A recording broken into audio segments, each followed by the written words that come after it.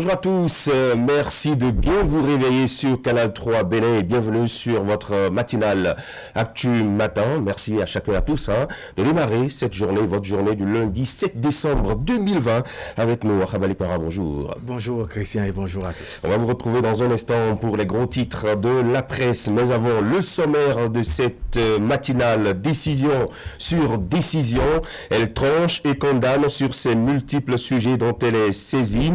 Pour une énième fois, la Cour africaine des droits de l'homme et des peuples a rendu un nouvel arrêt contre les réformes de la rupture et du nouveau départ, de quoi susciter nombre de réactions dans l'opinion, en milieu universitaire, hommes de droit, acteurs de la justice et acteurs politiques. Ce matin, on y revient au forum de discussion. Aussi, la sortie médiatique de l'Observatoire chrétien-catholique de la gouvernance pour présenter son rapport après évaluation de la gouvernance du Bénin de 2016 à 2020. Les cadres de l'Église catholique évoquent dans le rapport rendu public vendredi dernier les réformes politiques engagées, les craintes qu'elles suscitent ces réformes, son regard sur le parrainage à moins de 5 mois du premier tour du scrutin et demande au Parlement et à la Cour constitutionnelle d'envisager la suppression du parrainage dans le contexte actuel où celui-ci soulève des problèmes qui rendent difficile son application. Nos analyses sur l'opportunité et la pertinence de la déclaration du vendredi dernier. Le chef de l'État poursuit sa tournée nationale. Il sera dans le département de l'Atlantique après Boycon ce matin. Patrice Talon est aussi attendu plus au sud dans la commune d'Aboumé-Calavi. Aboumé-Calavi qui se prépare activement. Les forces politiques ici de la 6e circonscription électorale constituée des militants UP, BR, Moël Bénin, UDBN se prépare pour le recevoir. On reviendra sur la portée de cette union politique et la participation de chaque parti politique qui la constitue l'union. On retrouvera en plateau ce matin comme invité Dr Bogar Koupaki, et le directeur de l'école politique du parti UDBN. Prenez le rendez-vous. Et si tout va bien, nous aurons au téléphone le maire de la commune de Porto Novo, Charlemagne Yankouti, maire de la capitale. Il reviendra sur la descente il y a quelques jours du chef de l'État à Porto Novo. Quels sont les engagements pris par le président Patrice Talon? Nous aurons des réponses si tout va bien. Merci de prendre ces différents rendez-vous. En fin d'édition, on va retrouver Assiomo Kanyassiomo de retour pour la revue de presse.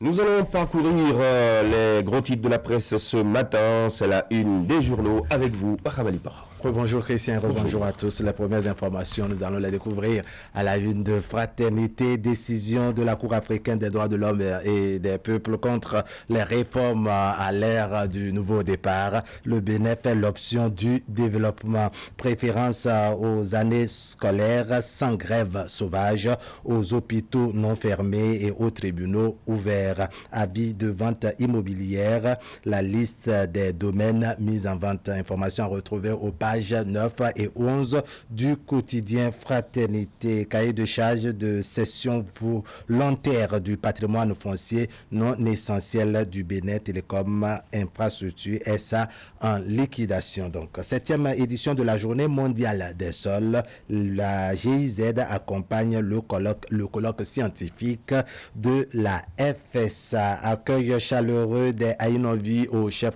de l'État Patrice Talon. Patrice Talon séduit par le nouveau visage de la capitale du Bénin. À la une maintenant de la Nation, mise en œuvre du programme d'action du gouvernement Porto Novo, la capitale, Enfin, resterait réflexion sur la politique de développement sous la rupture. Le Bénin avance dans le temps et l'espace. Le Soleil Bénin Info, entretien avec le député Gérard Agbenochi. Le Parlement veille aux intérêts du peuple. Le chef de l'État, Ouida, demain. Le maire Routienou Christian sonne la grande mobilisation.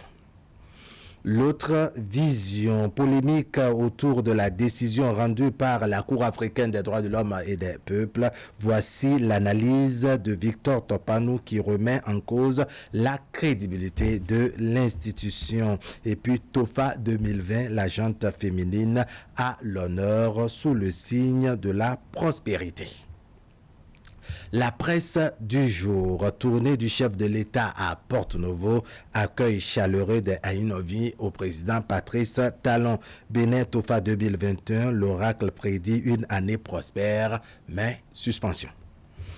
Quotidien Jack Pata, Assemblée nationale, le projet de budget de l'État, gestion 2021, en examen ce mardi. Demain donc, et puis descente du président Patrice Talon dans la commune de Kwamassé, Koukbaki, Houdegbe, Kenam et Amoussou-Sossou, très engagés pour un accueil chaleureux à la hauteur de l'illustre hôte.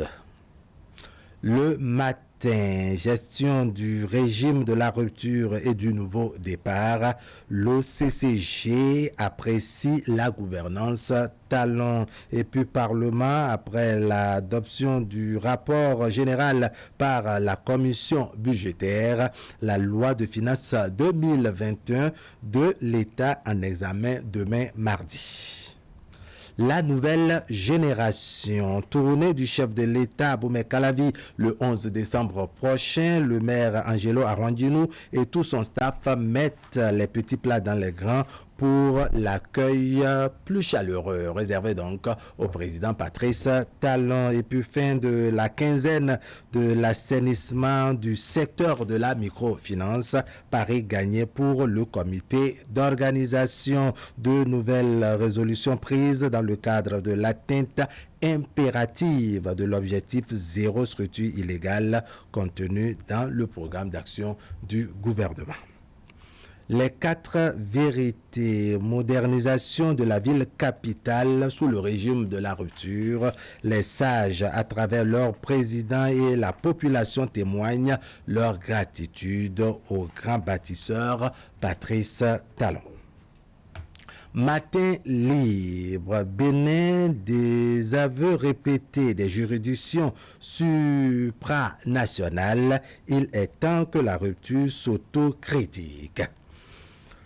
Le matinal, déclaration des cadres catholiques sur la présidentielle de 2021 qui manipule l'observatoire chrétien, s'interroge le journal. Et puis Victor Topanou à propos des décisions à polémique rendues par la Cour africaine des droits de l'homme et des peuples perd en crédibilité et risque de disparaître. Nord-Sud quotidien, Charlemagne Nyankoti, maire de la ville de Porto-Novo, les Béninois commencent par être fiers de la capitale. La gouvernance Talon, l'observatoire chrétien catholique apprécie.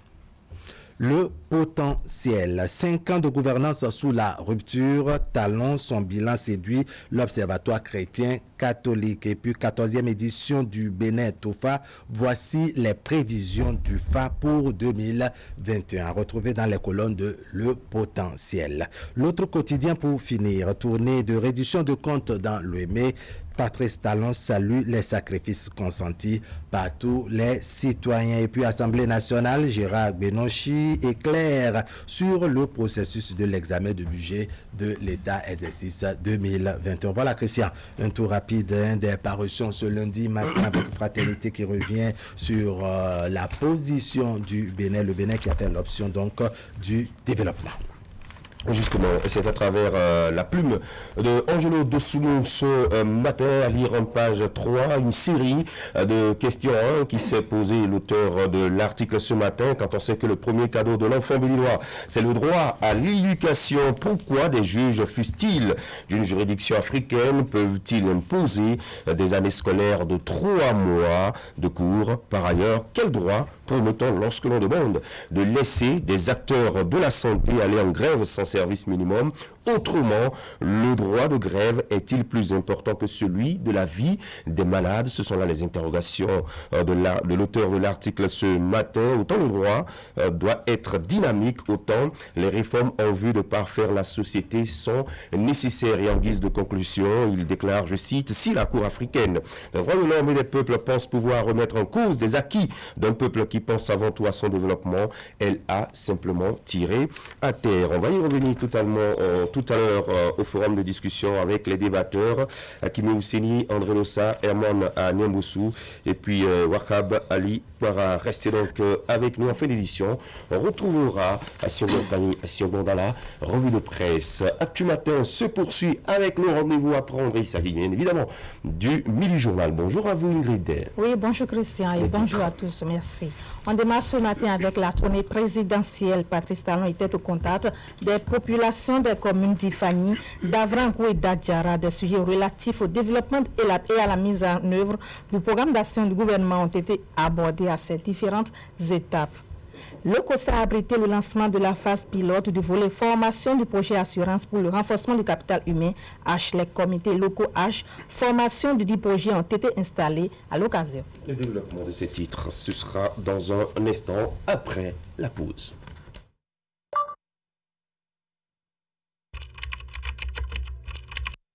Votre chaîne Canal 3 Bénin à portée de main.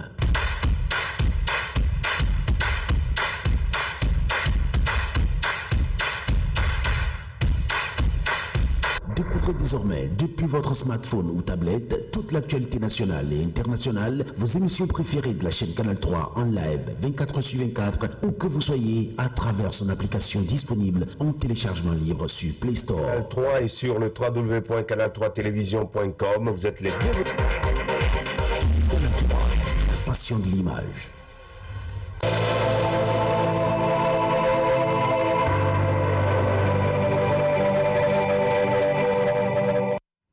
On démarre ce tour d'horizon de l'actualité en images avec la tournée du chef de l'État. Les populations de la commune d'Ifani dans le plateau ont accueilli Patrice Talon dans le cadre de sa tournée de reddition de comptes. À cette étape, la mise en œuvre du programme d'action du gouvernement au profit de la localité est saluée de tous, du projet Arche en passant par le bitumage de plusieurs voies. Le maire de la commune n'a pas manqué de rappeler ces réalisations. On les écoute.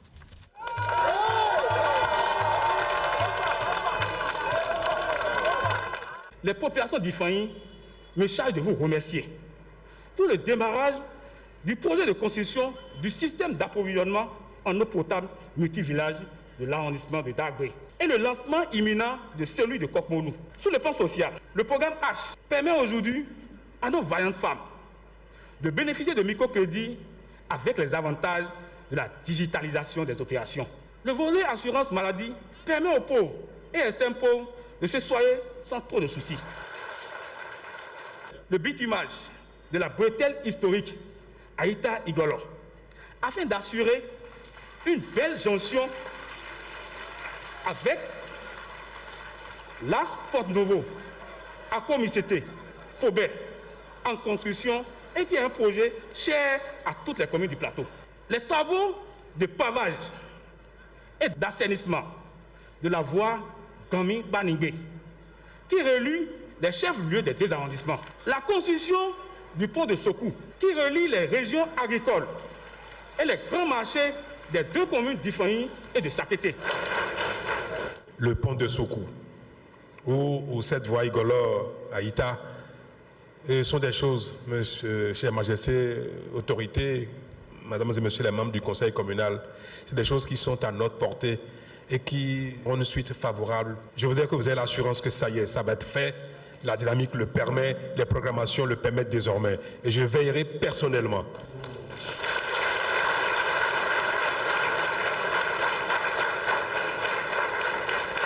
c'est tout à fait normal de venir dire à cette population qui maîtrise depuis des années, a perdu l'espoir de croire encore que quelque chose est possible dans ce pays.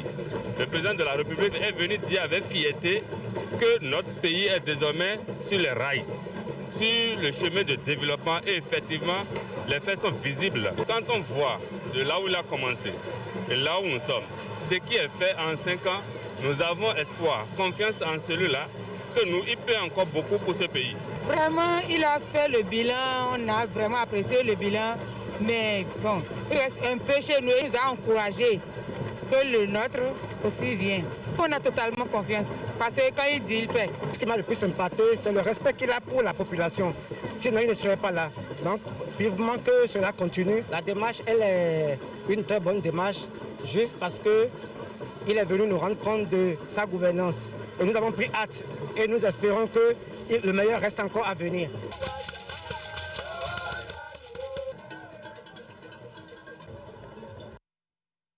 Un peu plus au sud de la commune d'Ifani, nous sommes à Vrancou. Patrice Talon, dans cette commune, a eu droit à tous les honneurs du Yassora. Oui, Christian, et pour ce qui concerne le point des réalisations à ce stade, l'autorité communale a mis l'accent sur la construction du stade Omnisport en cours à Vrancou et l'électrification de certains villages, ces quartiers suivants.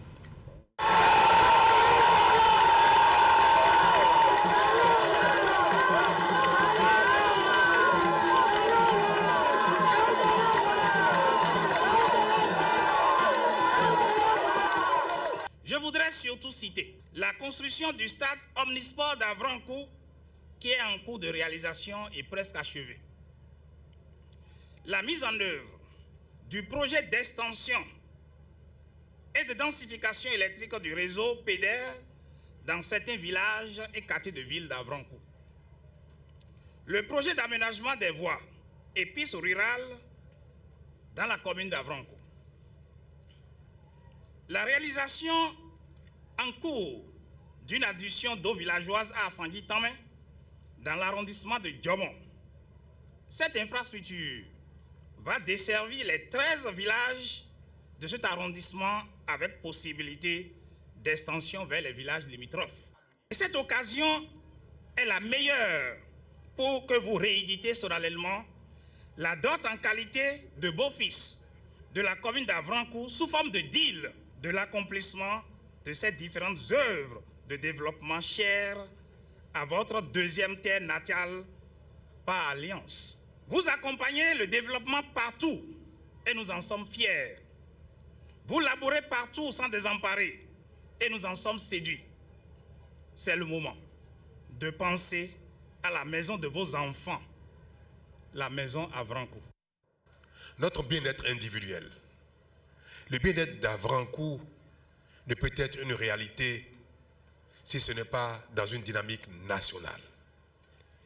Si nous faisons des routes à Avrancou et que les routes ne mènent nulle part, ne mènent pas à Porte-Novo, à Cotonou, à Parakou, à Abomey, à quoi serviraient les routes au sein de Avrancou? C'est bien pour ça que notre bien-être individuel, notre bien-être ici à Avrancou ne peut s'entendre sans le bien-être global d'abord. Il faut que la dynamique de développement, si elle doit être une réalité dont on peut réellement jouir durablement, que cela se constate au plan global.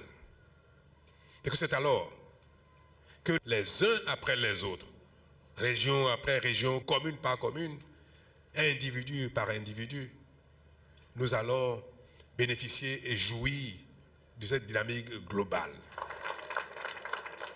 Il reste que Avrancou trouve son compte dans un Bénin en chantier, que la route ne s'arrête plus à Porto-Novo, que l'asphaltage continue, que l'hôpital de zone, que les autres routes, que le marché soit réalisé ici et qu'il y ait également des usines. Avrancou l'a connu jadis. La dynamique est en cours désormais. Nous avons donné la preuve, nous tous ensemble, que nous sommes capables maintenant. Patrice Talon était aussi à Adjara pour rendre compte des actions menées par son gouvernement. Comme dans les autres communes visitées, il a été accueilli avec ferveur.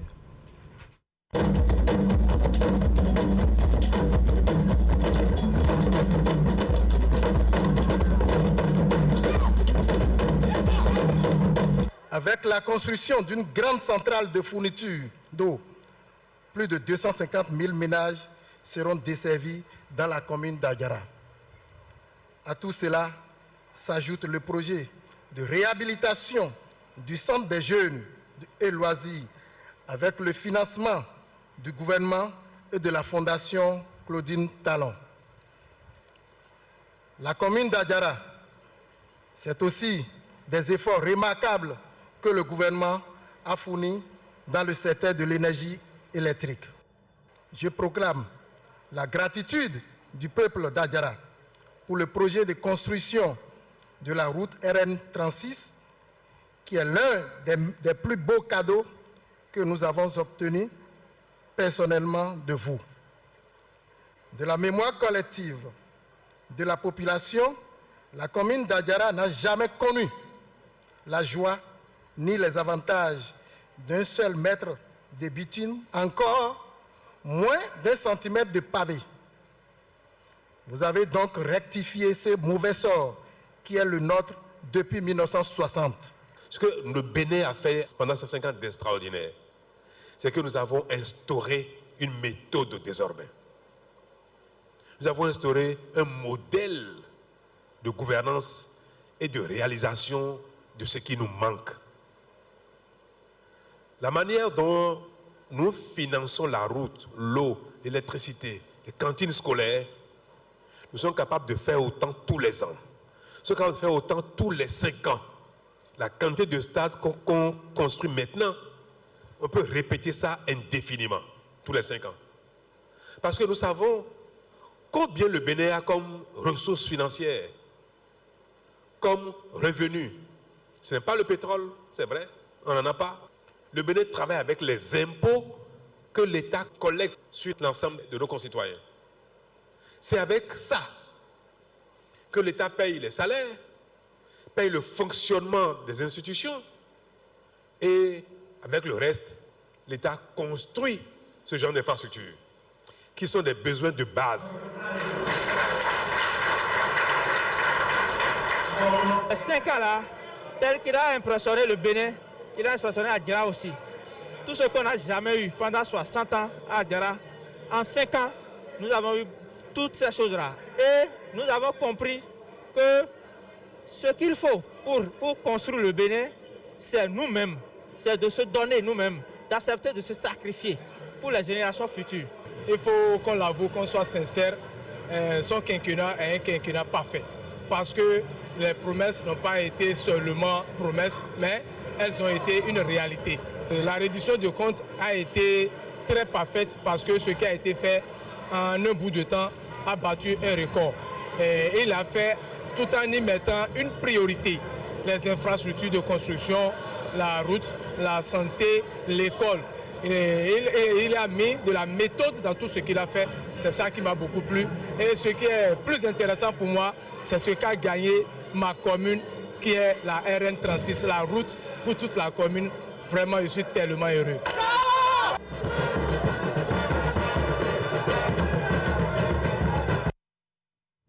Politique toujours, les artistes de la musique traditionnelle ont décidé d'accompagner les actions du gouvernement Talon. Ils l'ont fait savoir en début de week-end dernier à la faveur d'une journée de retrouvailles et d'informations initiées.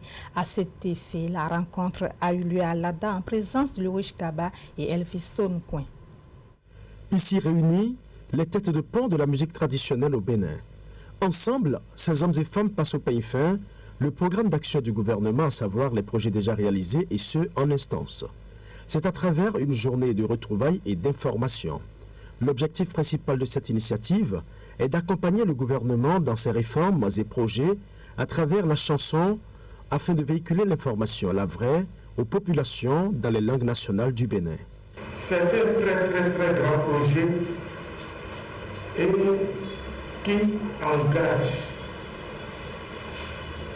notre association et toutes les bonnes volontés, tous les artistes patriotes, tous les artistes qui aiment leur pays, qui aiment le développement, qui veulent accompagner, qui comprennent qu'il est indispensable que nous intervenions pour que les populations soient informées sur les réalisations et de manière précise.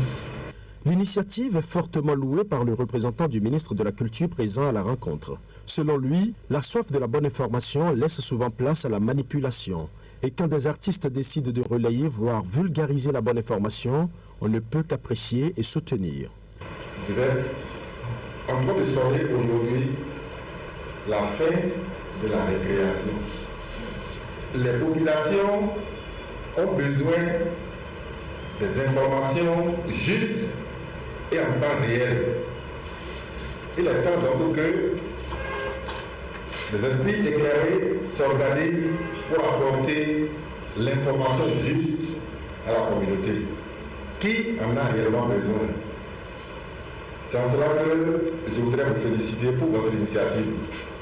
Les responsables en charge de la culture ont profité de cette rencontre pour entretenir les artistes et leurs responsables sur certaines réformes liées à leur secteur professionnel. Depuis 2016, d'énormes efforts sont consentis pour donner un statut professionnel décent à l'artiste béninois. Vous savez que par le passé, au bureau, quand on fait son adhésion, c'est un bout de papier qui est pris dans un bureau que quelqu'un remplit à la main. On met un cachet là-dessus, on accorde votre photo, et cela ne renvoie pas forcément à une base de données. Aujourd'hui, il y a une base de données et toutes les personnes qui ont fait leur adhésion, en tout cas à partir de 2018, ont leur carte. Et ceux qui étaient déjà sociétaires, qui avaient les anciennes cartes, qui en ont fait la demande, les nouvelles cartes numériques leur ont été établies et les remises se poursuivent.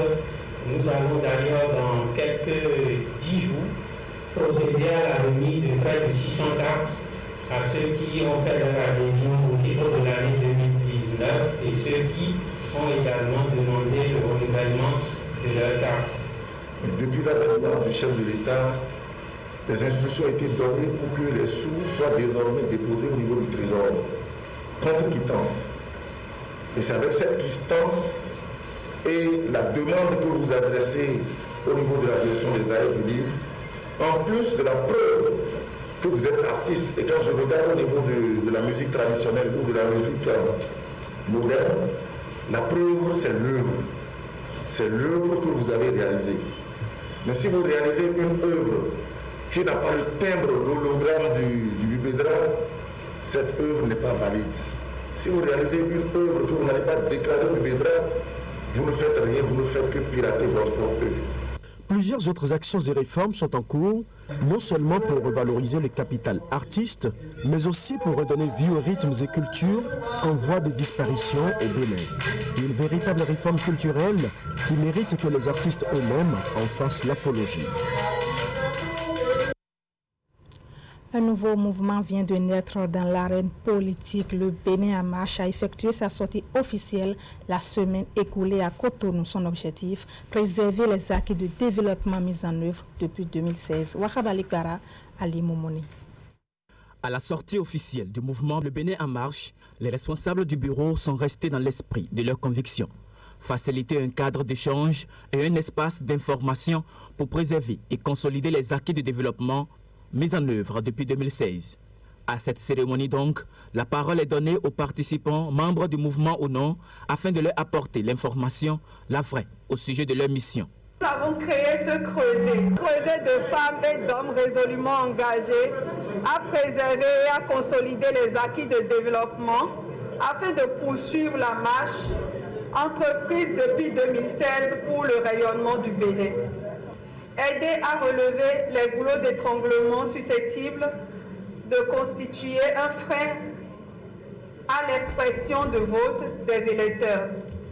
C'est la raison pour laquelle nous devons prendre notre bâton de pèlerin, aller vers chaque couche sociale, allez nous adresser à la jeunesse, allez nous adresser à nos femmes de marché, allez nous adresser à nos artisans pour aller leur dire que le Bénin est résolument en marche et que nous devons avancer. Pour aller leur dire que plus jamais il ne sera dit au Bénin que la gouvernance se pratique avec de l'impréparation, avec de l'improvisation, avec de la propagande vide et vaine, mais que désormais les actions sont menées sur la base de programmes clairs, sur la base de plans d'action structurés. Aussitôt sorti, le mouvement Bénin en marche s'inscrit déjà dans la perspective de la présidentielle de 2021. Les actions du gouvernement de la rupture représentent pour lui la référence pour un Bénin nouveau. Des réformes politiques, économiques à celles socio-culturelles, les membres du mouvement Bénin en marche ont apprécié les grandes réalisations du président Patrice Talon. Et aujourd'hui, à la faveur des actions qui sont entreprises par le président de la République actuelle, chacun de nous devrait s'identifier par rapport à ces actions de développement. Simplement parce que cela relève du patriotisme. Simplement parce que cela relève de l'amour pour notre pays. Simplement parce que cela relève du devoir de construction pour la postérité. Le mouvement Le Bénin en marche a déjà installé des cellules dans tous les départements du Bénin avec des ambassadeurs prêts à partager et propager la vision du chef de l'État.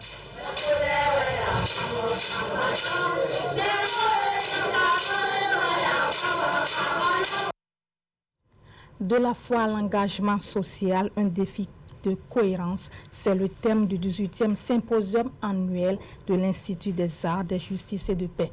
Objectif, amener la jeune génération à faire le lien entre la croyance et la citoyenneté à travers des comportements et des actes responsables. Reportage. Que vous soyez musulman, catholique, évangélique, bouddhiste, adepte des religions endogènes, quelle que soit votre appartenance religieuse, vous êtes le bienvenu à ce rendez-vous où l'élément de fond engage le type d'humanité et d'engagement social que notre foi nous fait vivre. L'éternelle question de foi et des œuvres qui attestent de son authenticité dans la vie sociale est remise ici sur tapis. Pour l'Institut des artisans de justice et de paix, il est temps que de nouveaux types de citoyens gèrent la cité. Il s'agit de ceux qui ont la crainte de Dieu, mais qui, au lieu de végéter dans l'inaction, acceptent de poser des actes pour le bonheur de la cité. Mon souhait est que nos réflexions de ce jour aboutissent à la création de ce moule qui a fabriqué en Europe au XXe siècle des hommes politiques qui ont su et qui ont pu harmoniser vie de foi et engagement politique. Comment faire émerger au Bénin et en Afrique des hommes politiques comme Robert Schuman, Alcide Gasperini en Italie, Konrad Adenauer, Jean Monnet, etc., dans le milieu politique béninois et africain? C'est le plus grand service que la religion, dans une perspective inclusive, donc toutes les religions, l'islam, évangélistes, etc., rendrait à la politique en Afrique et au Bénin. Et pour resserrer davantage l'angle, comme on le dit en termes journalistiques, je dirais que c'est le plus beau cadeau que l'Église du Bénin, qui est déjà très active dans le domaine de la formation des personnalités et cadres politiques, pourrait offrir à la démocratie au Bénin. Pour l'IAJP et ses partenaires, il est plus qu'évident qu'on ne peut concevoir une éthique religieuse qui ne promeuve pas les valeurs d'une bonne implication sociale. Plusieurs communicateurs sont donc sollicités à cet effet pour entretenir la jeunesse sur la fibre patriotique. La phase pilote du volet formation du projet Assurance pour le renforcement du capital humain H a été lancée à Lokossa. La cérémonie a été couplée avec l'installation des comités locaux H formation du dit projet. Les précisions avec Geoffroy Messan. Ce parterre d'autorités politico-administratives et de personnalités assiste ici dans la grande cour du centre Henri Vignondé de Lokossa, dans le département du Mono, à un lancement Il s'agit du lancement officiel de la phase pilote, du volet formation, du projet assurance pour le renforcement du capital humain, ARCH. À l'instar des autres communes pilotes, Abomey-Calavi, Abomey, Cotonou, Diakotomey, Djougou, Parakou et Porto Nouveau, le déficit de compétences techniques des artisans, dont la majorité travaille dans le secteur informel, est l'un des problèmes auxquels la commune de Lokossa fait actuellement face dans l'exécution des grands travaux du PAG. C'est pourquoi je salue encore le choix de la ville de Lokossa pour abriter la cérémonie de cet après-midi. Ce lancement est couplé avec l'installation dans leurs fonctions des membres des comités locaux ARCH Formation. La phase pilote de la formation cible prioritairement le public des artisans et consiste à leur fournir des formations opérationnelles de courte durée, renforçant ainsi leurs compétences pratiques et techniques. Pour la phase pilote, nous allons impacter environ 4500 artisans. Nous allons installer dans chaque commune un conseiller ARCH Formation auprès de qui les artisans pourront exprimer leurs besoins de formation. Ce dernier va s'en référer, après avoir travaillé le dossier de demande de formation, va s'en référer au comité local ARCH Formation. Pour cette phase pilote, le gouvernement a accepté décaisser une somme de plus d'un demi-milliard de francs CFA sur 12 mois pour accompagner cette action de formation au profit des artisans. Les spécialités de formation concernées sont dans les 15 corps de métiers que sont entre autres la boulangerie, pâtisserie et pâtes alimentaires, la réparation et la mécanique, l'électricité froid, le travail du bois, la décoration, l'hôtellerie-restauration et le tourisme.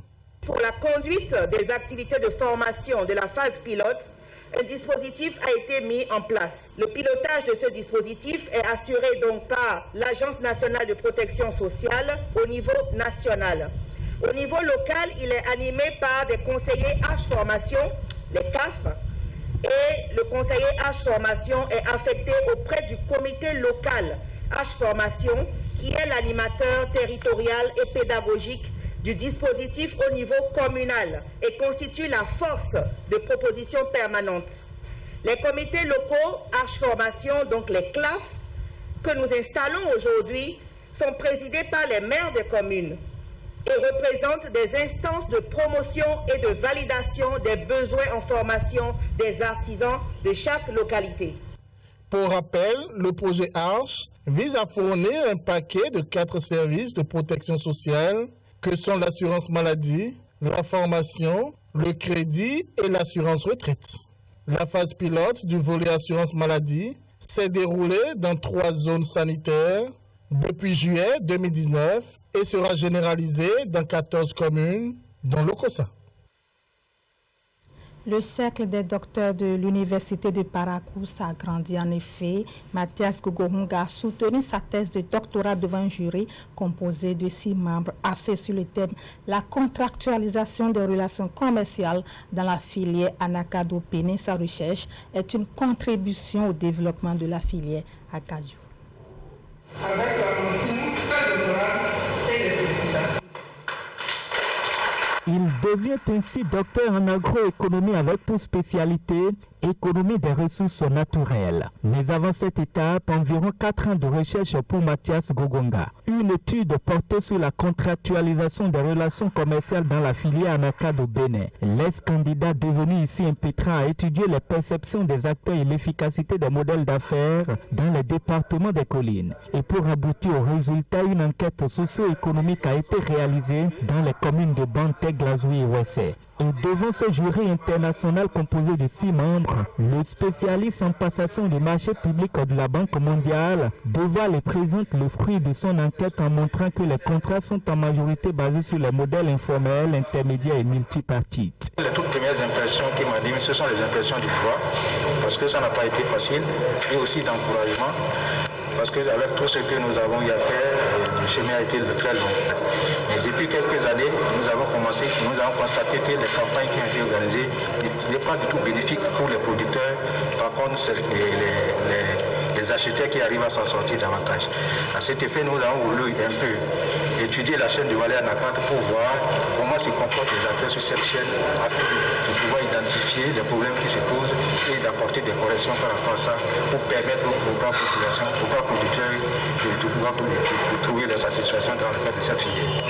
Ce que nous recommandons surtout au pouvoir public, c'est de pouvoir fixer déjà très tôt le prix d'achat des noix d'Anacad.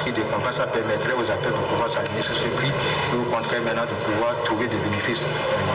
Et pour proposer des solutions durables aux problèmes identifiés, l'ensemble des professeurs membres du jury en présentiel comme par visioconférence ont apporté leur contribution afin d'améliorer la qualité de cette thèse de doctorat. Le jury, qui apprécie à sa juste valeur cette étude sur la contractualisation des relations commerciales dans la filière Anacad au Bénin, se dit fier des efforts du désormais docteur Mathias Gogonga.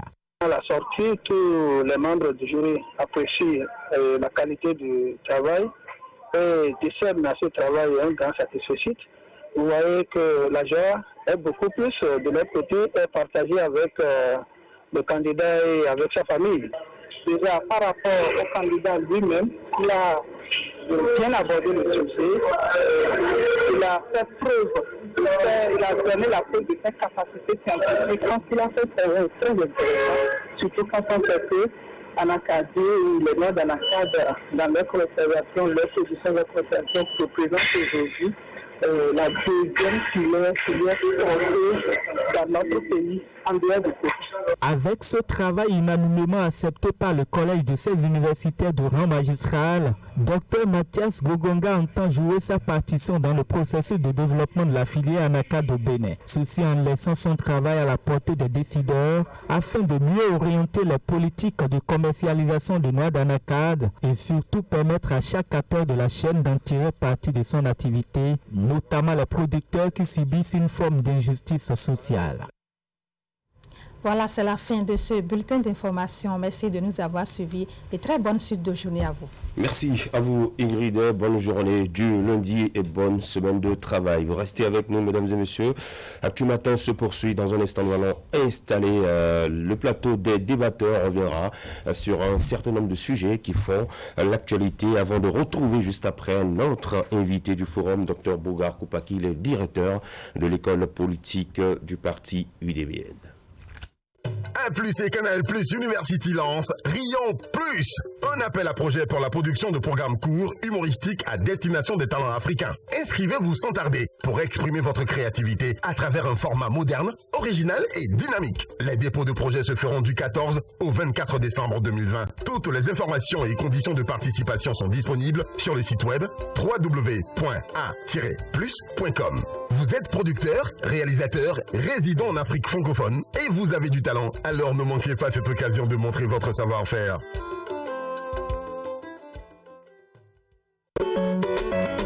À la maternelle, nous avons des livres comme Éveil graphisme, le livre de mathématiques et le livre de français. Au primaire, vous avez des livres en éducation sociale, scientifique et technologique. Le livre de français, les livres de mathématiques, un livret d'évaluation, des manuels d'anglais, de mathématiques, des SVT et en SPCT également, de la classe de 6e en terminale. Je ne peux pas témoigner qu'il est question de la qualité. Si des élèves veulent réussir aux différents examens, je crois que les livres de la collection Oxygène sont bien éduqués. Grâce au manuel de la collection Oxygène, j'ai eu mon bac cette année. J'exhorte tous mes amis et camarades du premier cycle et du second cycle à opter pour les livres de la collection Oxygène. Oxygène, c'est le livre des premiers. Collection Oxygène, disponible dans toutes les librairies du Bénin.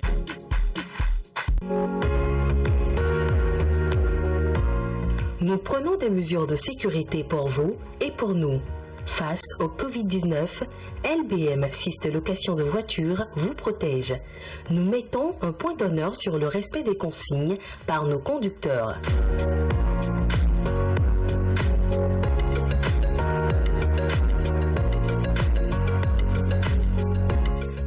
véhicules sont systématiquement désinfectés avant et après chaque mission.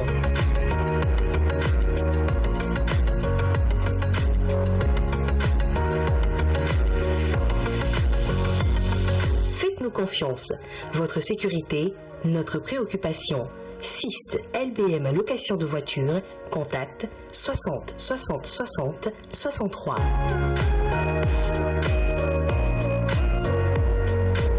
LBM.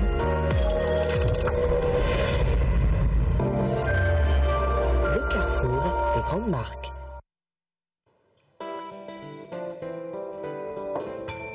Moi, me donne le compteur, s'il vous plaît. Je sors si tu as mis. Je me déplace toujours avec mon bidon. Ah, il a son petit frère. Oui, papa. Ce n'est plus la peine de trimballer le 10 litres dans vos déplacements. Ils ont inventé ceci pour nos clients. Jésus est demain le vrai docteur. Et c'est toujours moins cher. Alors, le 10 litres pour la famille et son petit frère pour les déplacements. Et ça coûte combien? Le bidon est à 400 francs dans les buvettes, bars et maquis. Le pack de 6 est à 1500 francs seulement. C'est surtout disponible partout et sur toute l'étendue du territoire national. Chez tous les revendeurs, réclamez votre eau de comtesse à 400 francs et le pack de 6 à 1500 francs. Et pas au niveau. Eau comtesse, eau du Bénin. Comtesse, le plaisir de tous les jours.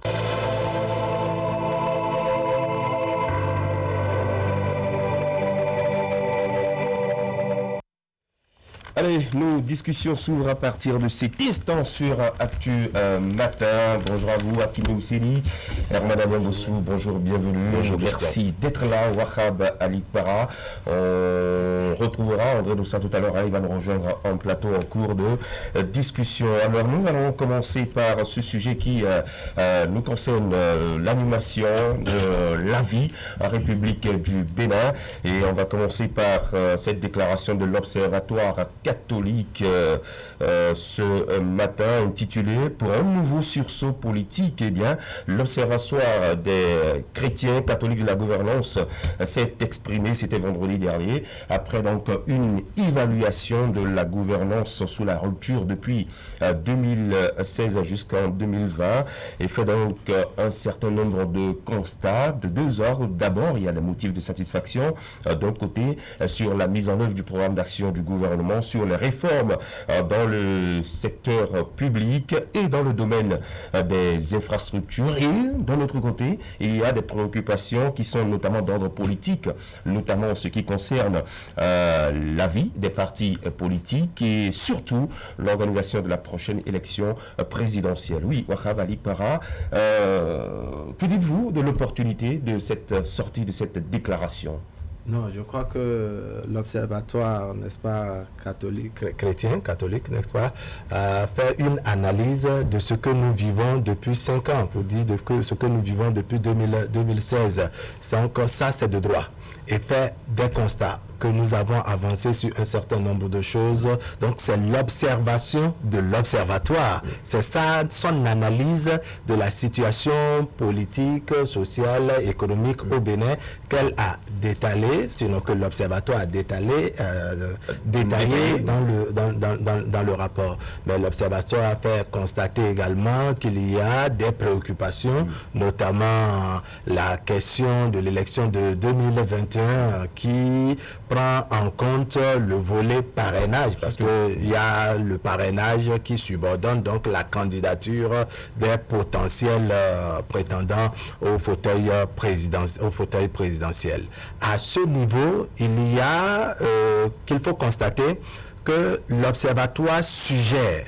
Moi, je préfère parler de suggérer plutôt que de dire exiger. Oui, voilà, ils ont parlé d'exhortation. Il y a certains confrères qui ont titré que l'Observatoire exige. Ce n'est pas une exigence, c'est une exhortation. Exhorter le chef de l'État, les institutions, notamment le Parlement, la Cour constitutionnelle, n'est-ce pas? Bref, toutes les institutions habilitées à faire le travail qu'il faut de manière à ce qu'on puisse extraire, dois-je dire, le parrainage du code électoral. Maintenant, ce qu'il faut voir et parler peut-être de l'opportunité, puisque c'est beaucoup plus ça votre question, c'est de se demander pourquoi c'est maintenant que l'Observatoire se réveille, sachant que, n'est-ce pas, avec les tests en vigueur en République du Bénin et encore avec les tests de la communauté de la CEDEAO qui exigent qu'aucune loi électorale ne puisse, en tout cas qu'un code électoral ne puisse être retouché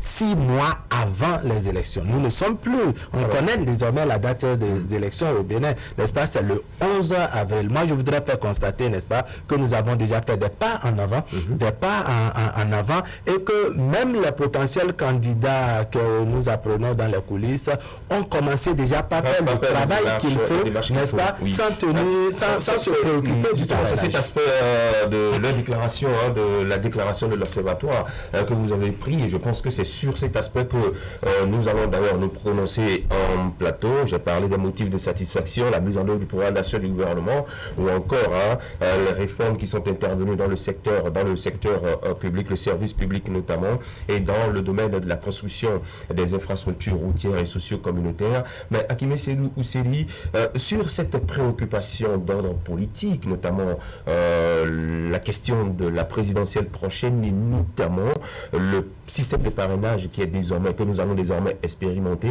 Est-ce que vous trouvez juste qu'à pratiquement 7 mois de la présidentielle qu'on retrouve l'Observatoire se prononcer sur ce sujet-là? Ça veut dire juste que la question abordée par l'Observatoire est d'ordre capital. C'est pour ça que, quel que soit le moment d'intervention, l'Observatoire en parle. Parce qu'en réalité, Christian, quand vous lisez, et c'est pour ça que je ne voudrais même pas dissocier les observations faites, c'est-à-dire les bons points qui ont été donnés par l'Observatoire à la gouvernance de 2016 à 2020, en ce mois jusqu'à 2021, je ne voudrais pas les dissocier. Ça veut dire qu'un travail minutieux a été fait par l'Observatoire. On a fait des constats de satisfaction. Et je crois que autant on s'est satisfait, je dirais, de certaines évolutions sur un certain nombre de plans, autant également on inclusera, Christian, je dirais, le même timbre pour mettre l'accent sur ce qui apparaît aux yeux de l'Observatoire comme, je dirais, pas bien fait. Et donc, qui peuvent d'ailleurs avoir des conséquences au cas où, peut-être qu'on ne prenait pas les dispositions qui s'imposent. Parce que retenez, Christian, que quand on a entendu d'ailleurs le chef de l'État à travers sa tournée depuis quelques jours, la question qui a été abordée par l'Observatoire est revenue plusieurs fois. Ça veut dire que le sujet il est important. Parce qu'il faut en arriver à ce que, le 11 avril prochain, que les Béninois se sentent concernés par, je dirais, la présidentielle, bien entendu. Alors que la question du parrainage et autres constitue toujours, je dirais, une question pas forcément totalement abordée. Parce que souvenez-vous ici sur le plateau que cette question, je l'ai dit qu'il va falloir qu'il y ait un débat politique qui se fasse autour. C'est vrai que le débat n'est pas ouvert et que, je dirais, les prétendants, les potentiels candidats sont en train de prendre leurs dispositions. N'empêche que de manière d'une autre, tel que c'est fait, tel que c'est présenté, il y a quand même à un moment donné, à un niveau donné, il y a un blocus Christian. C'est pour ça que l'Observatoire met le doigt là-dessus pour dire, il va falloir que cette question soit abordée avec, je dirais, une certaine diligence afin qu'on n'ait pas, Christian, aller à la présidentielle prochaine avec des éléments, je dirais, de soustraction d'éventuels candidats à la présidentielle. Donc, je ne vois pas que l'exigence soit trop, non, mais alors qui peut, s'il y a encore une possibilité, je dirais, de faire, je dirais,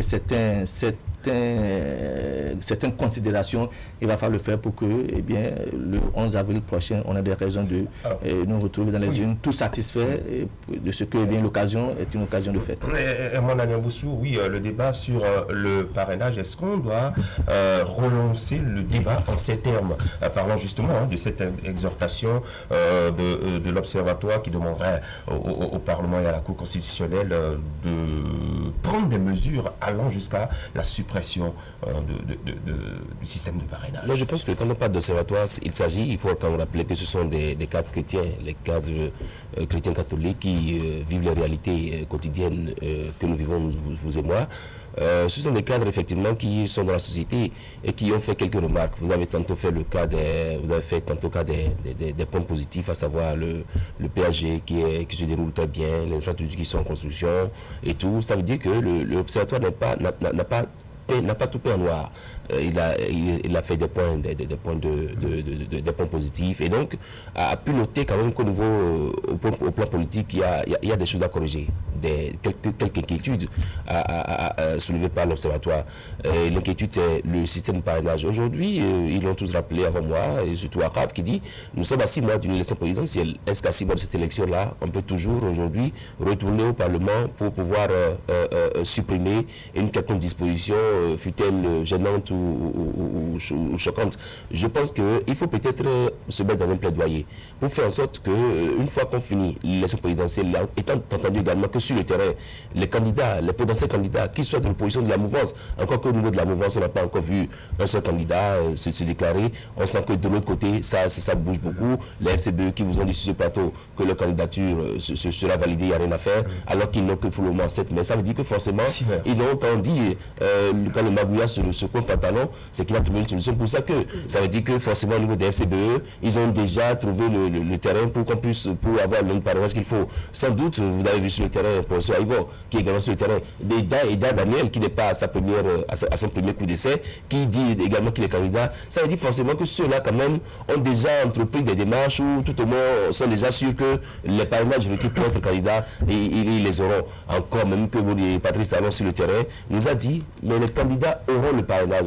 Pourquoi ne pas, prêter foi à ce qu'il a dit, jusqu'à ce qu'on aille aux élections ou qu'on nous dise que, bon, justement, il y en a qui remplissent les conditions pour être candidat et qui n'ont pas eu le parrainage. Je pense que c'est à cela qu'il faut... On veut de ça votre lecture sur cette demande de l'Observatoire, surtout en ce qui concerne la suppression du parrainage. Je crois que cette structure qui intervient sur cette préoccupation-là vient un peu, s'ajouter à l'ensemble d'autres initiatives, dans ce sens-là.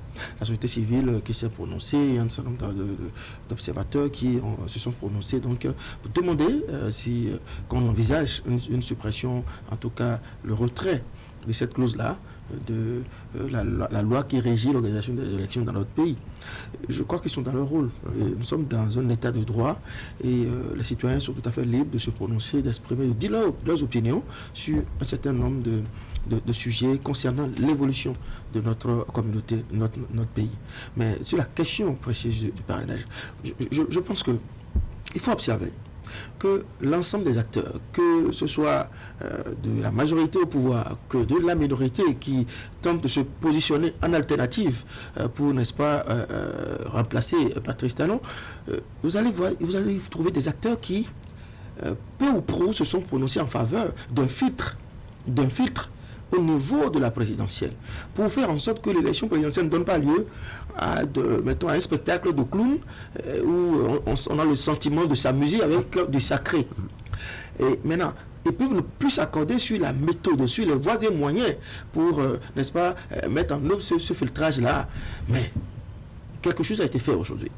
Dans une démocratie, il me semble que lorsque vous ne partagez pas, n'est-ce pas, une vision, vous ne partagez pas une façon de faire, avec celui qui tient les manettes, vous vous battez pour vous retrouver à sa place et faire les choses telles que vous le voulez. C'est comme ça. Je prends un exemple. Vous prenez un pays européen, de la France par exemple. Lorsque les socialistes sont au pouvoir, ils gèrent le pays conformément à leur idéologie, à leur façon de voir, à leur idéal, en quoi toutes les valeurs, n'est-ce pas, qu'incarne leur mouvement politique. Mais quand le peuple français décide de tourner dos aux socialistes et donne le pouvoir à la droite, n'est-ce pas, ils font pareil, et ainsi de suite. Le jour où il viendra à l'esprit des Français de mettre Marine Le Pen au pouvoir, elle va, n'est-ce pas, promouvoir, elle va diriger la France conformément, n'est-ce pas, à l'idéal de ce qu'elle incarne, le Front National. C'est dit quoi? C'est vous, Africains matin, qu'on l'appelle ici, les Maghrébins, les Arabes, les machins chouettes, videz les lieux. C'est comme ça, il me semble. C'est pourquoi l'alternance a un sens dans une démocratie. Alors, ceux qui ne sont pas d'accord que Patrice Talon, enfin que la constitution du Bénin, considérée comme un fétiche, a été révisée sous Patrice Talon, ils se battent et nous mobilisons nos citoyens derrière leurs idées. Et si ça, on trouve grâce à nos yeux, on leur donne le pouvoir, on les élit à travers les urnes, et quand ils viennent, ils peuvent nous retourner en arrière, même au-delà de 90, n'est-ce pas? Et comme ça, ils vont mettre en œuvre leurs idées. Mais aujourd'hui, je pense que c'est un combat vain, de mon point de vue, que de dire, bon, allons toujours supprimer le parrainage. Il me semble que nous sommes déjà dans un délai où un certain nombre d'instruments internationaux ne nous permettent plus de manipuler nos tests concernant les élections, mais allons-y, c'est des réformes qui ont été faites. Éprouvons ces réformes-là. Après, quand on va constater que en fait, ce ne sont pas des réformes pertinentes, on peut toujours faire le chemin, la machine arrière. Donc, franchement, ils ont tout à fait ils ont raison de se prononcer, de s'exprimer, de dire leur point de vue par rapport à ce qui se passe, mais nous demander de reculer. Je trouve que ces initiatives-là, on peut faire... À vous entendre, il n'y a pas de chance que la demande prospère. Non, mais moi, je ne partais pas de dire que bon, cette démarche va prospérer ou ne prospérer. On regarde des tests qui résistent à l'organisation. Il me semble que nous ne sommes pas fondés à manipuler le test à partir d'un certain délai.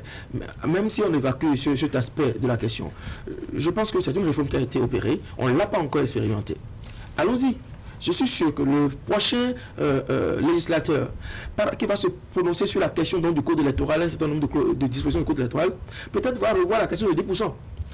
Tirant leçon de l'expérience des élections municipales où des partis politiques, par exemple, sont allés aux élections, ont quand même eu des élus au terme des anciennes lois, mais ne siègent pas.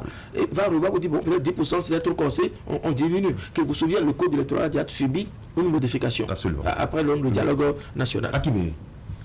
Peut-être que les instruments en la matière ne permettent pas, mais si les fils et filles de la République font l'option, d'ici demain, d'ici après-demain, d'ici un mois, de retoucher aux fondamentaux qui régulent les élections, ça va se faire. Ils aillent alors à un nouveau dialogue politique.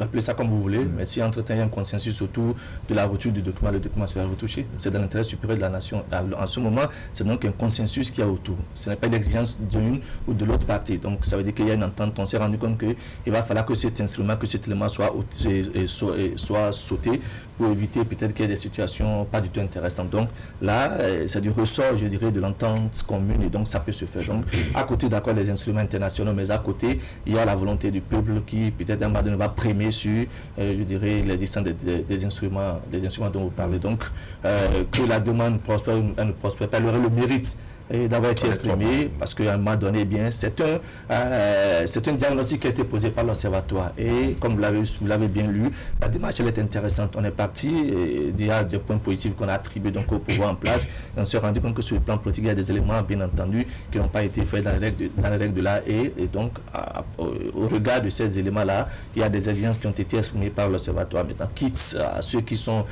ceux auxquels, je dirais, le travail pondu va être adressé, quitte à eux de voir dans quelle dynamique il faut tenir compte, je dirais, des exigences de l'Observatoire.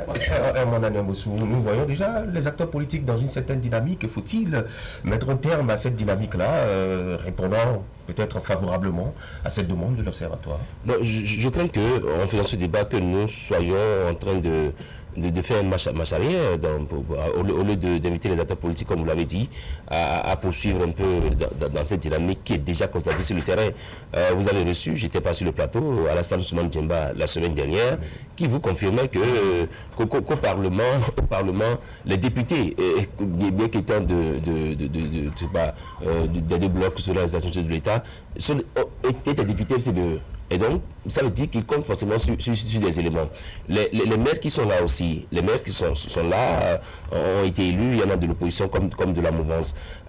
Il y a également, il y a également d'autres éléments sur lesquels je vais intervenir, notamment cette question de la Sénat qui dit qu'elle garantit un anonymat pour tout parrainage. Je pense qu'il y a beaucoup d'éléments quand même sur lesquels l'Observatoire devrait pouvoir agir. Ce sont des leviers sur lesquels on devrait pouvoir agir pour dire à ces différents parrains, écoutez, si jamais un parti politique tente de faire pression sur vous, réagissez en faisant telle chose, parce que là, ça permet de faire évoluer un peu le débat. Si par exemple vous dites à un maire qui souhaite parrainer un candidat de l'opposition, écoutez, monsieur le maire, si jamais votre parti politique, alors même que la Sénat a dit que le parrainage est sous anonymat, si votre parti politique fait pression sur vous, dénoncez le parti politique. Je pense qu'on devrait faire le débat dans ce sens pour amener les potentiels parrains à pouvoir faire le jeu suivant leur conscience. Oui, non, les chances pour que cette doléance, n'est-ce pas, de l'Observatoire prospère, pour moi, ces chances sont très minces. On pense qu'on a déjà dépassé ce débat-là et que, comme je l'avais annoncé dans ma première prise de parole,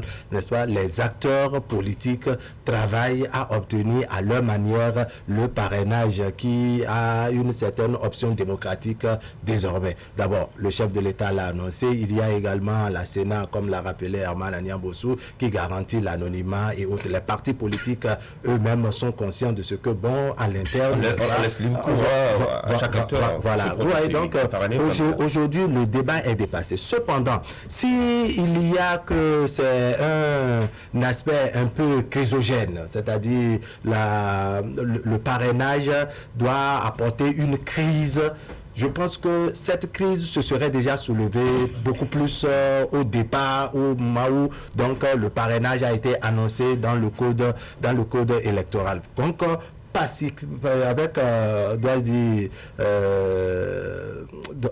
avec harmonie, n'est-ce pas, on évolue vers la présidentielle tout en gardant à l'esprit qu'il y a le parrainage. Donc pour moi, le débat est dépassé et qu'il faut s'orienter. Il semble ne pas partager votre avis. Je n'ai pas l'impression d'être dépassé, mais j'insiste pour dire que si les acteurs dont on parle en sont arrivés là, c'est parce qu'il n'y a pas une ouverture. Et donc se disent qu'il y ait parrainage ou pas, nous irons aux élections.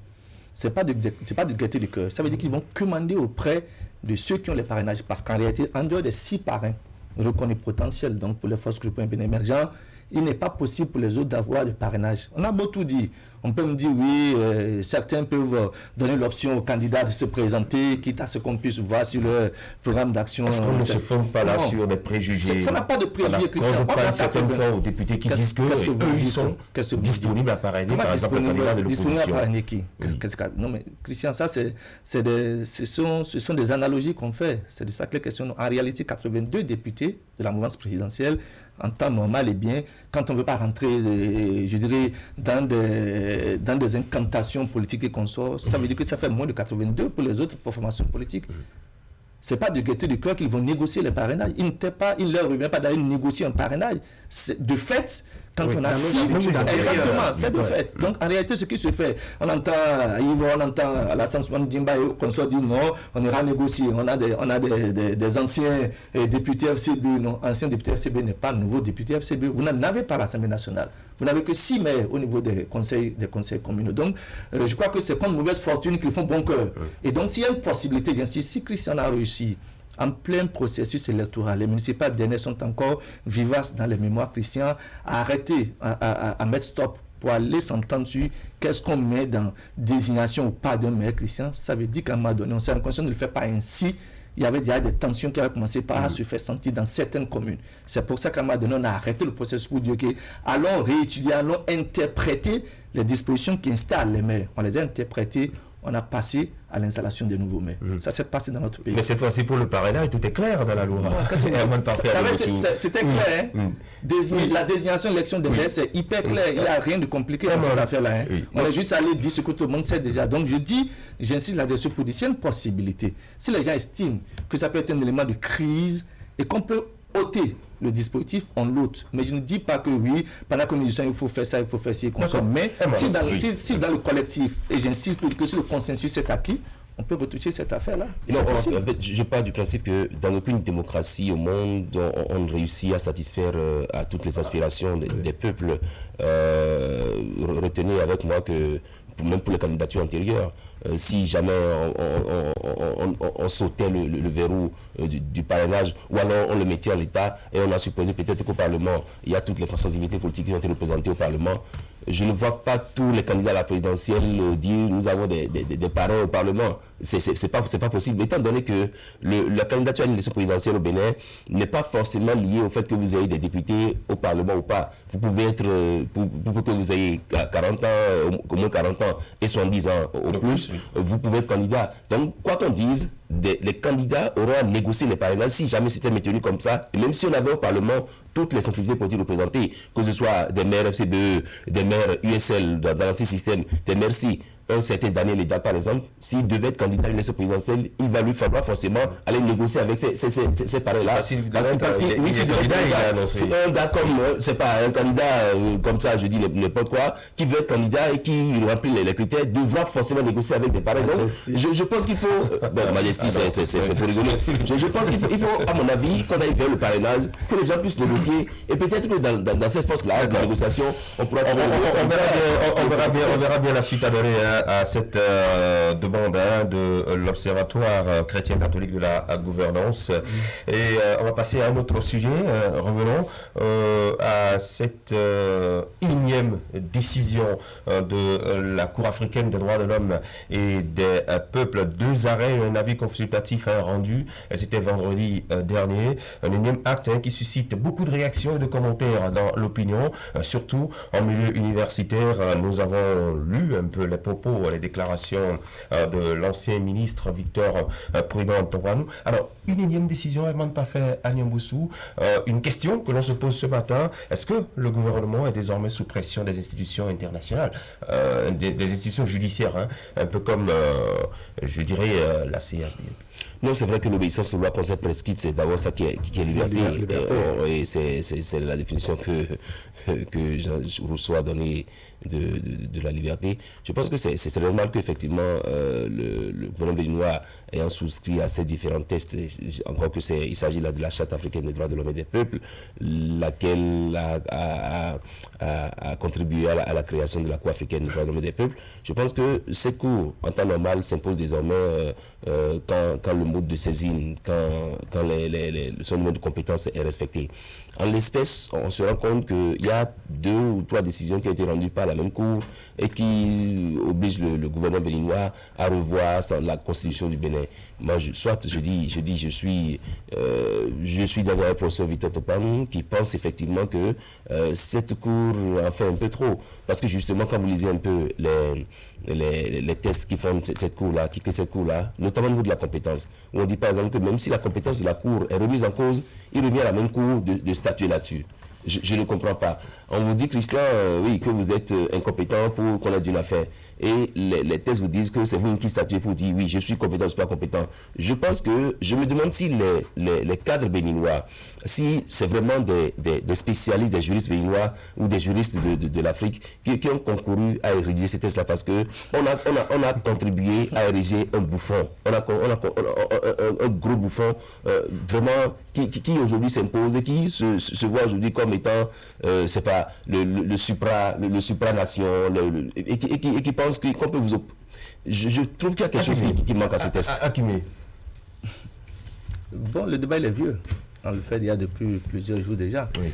Il n'y a que des voix d'universitaires qu'on a entendues. Et j'ai rien lu de neuf dans l'intervention des universitaires. C'est les spéculations, les analyses qui ont précédé leur intervention, peut-être plus ou moins élaborées. C'est de ça que la question. Non. La Cour, elle existait depuis.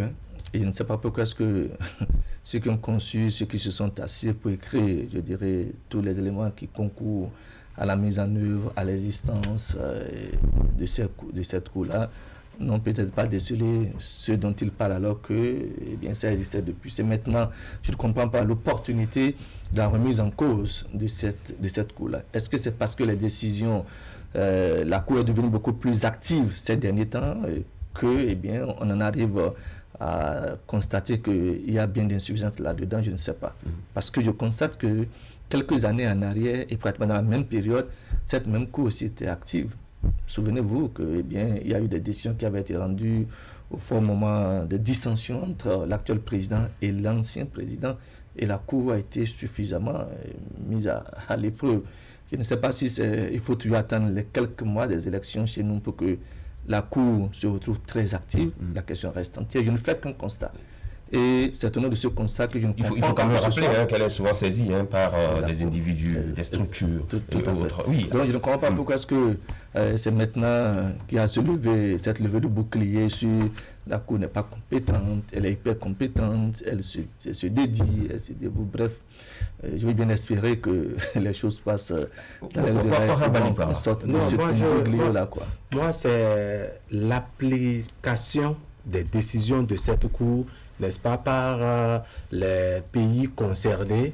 C'est sur cet aspect, moi, je voudrais mettre un accent. Vous allez constater qu'il n'y a pas que le Bénin, Je ne déplace pas le débat, c'est pour dire que la Cour africaine des droits de l'homme et des peuples ne se prononce pas que sur des questions relatives au sujet béninois.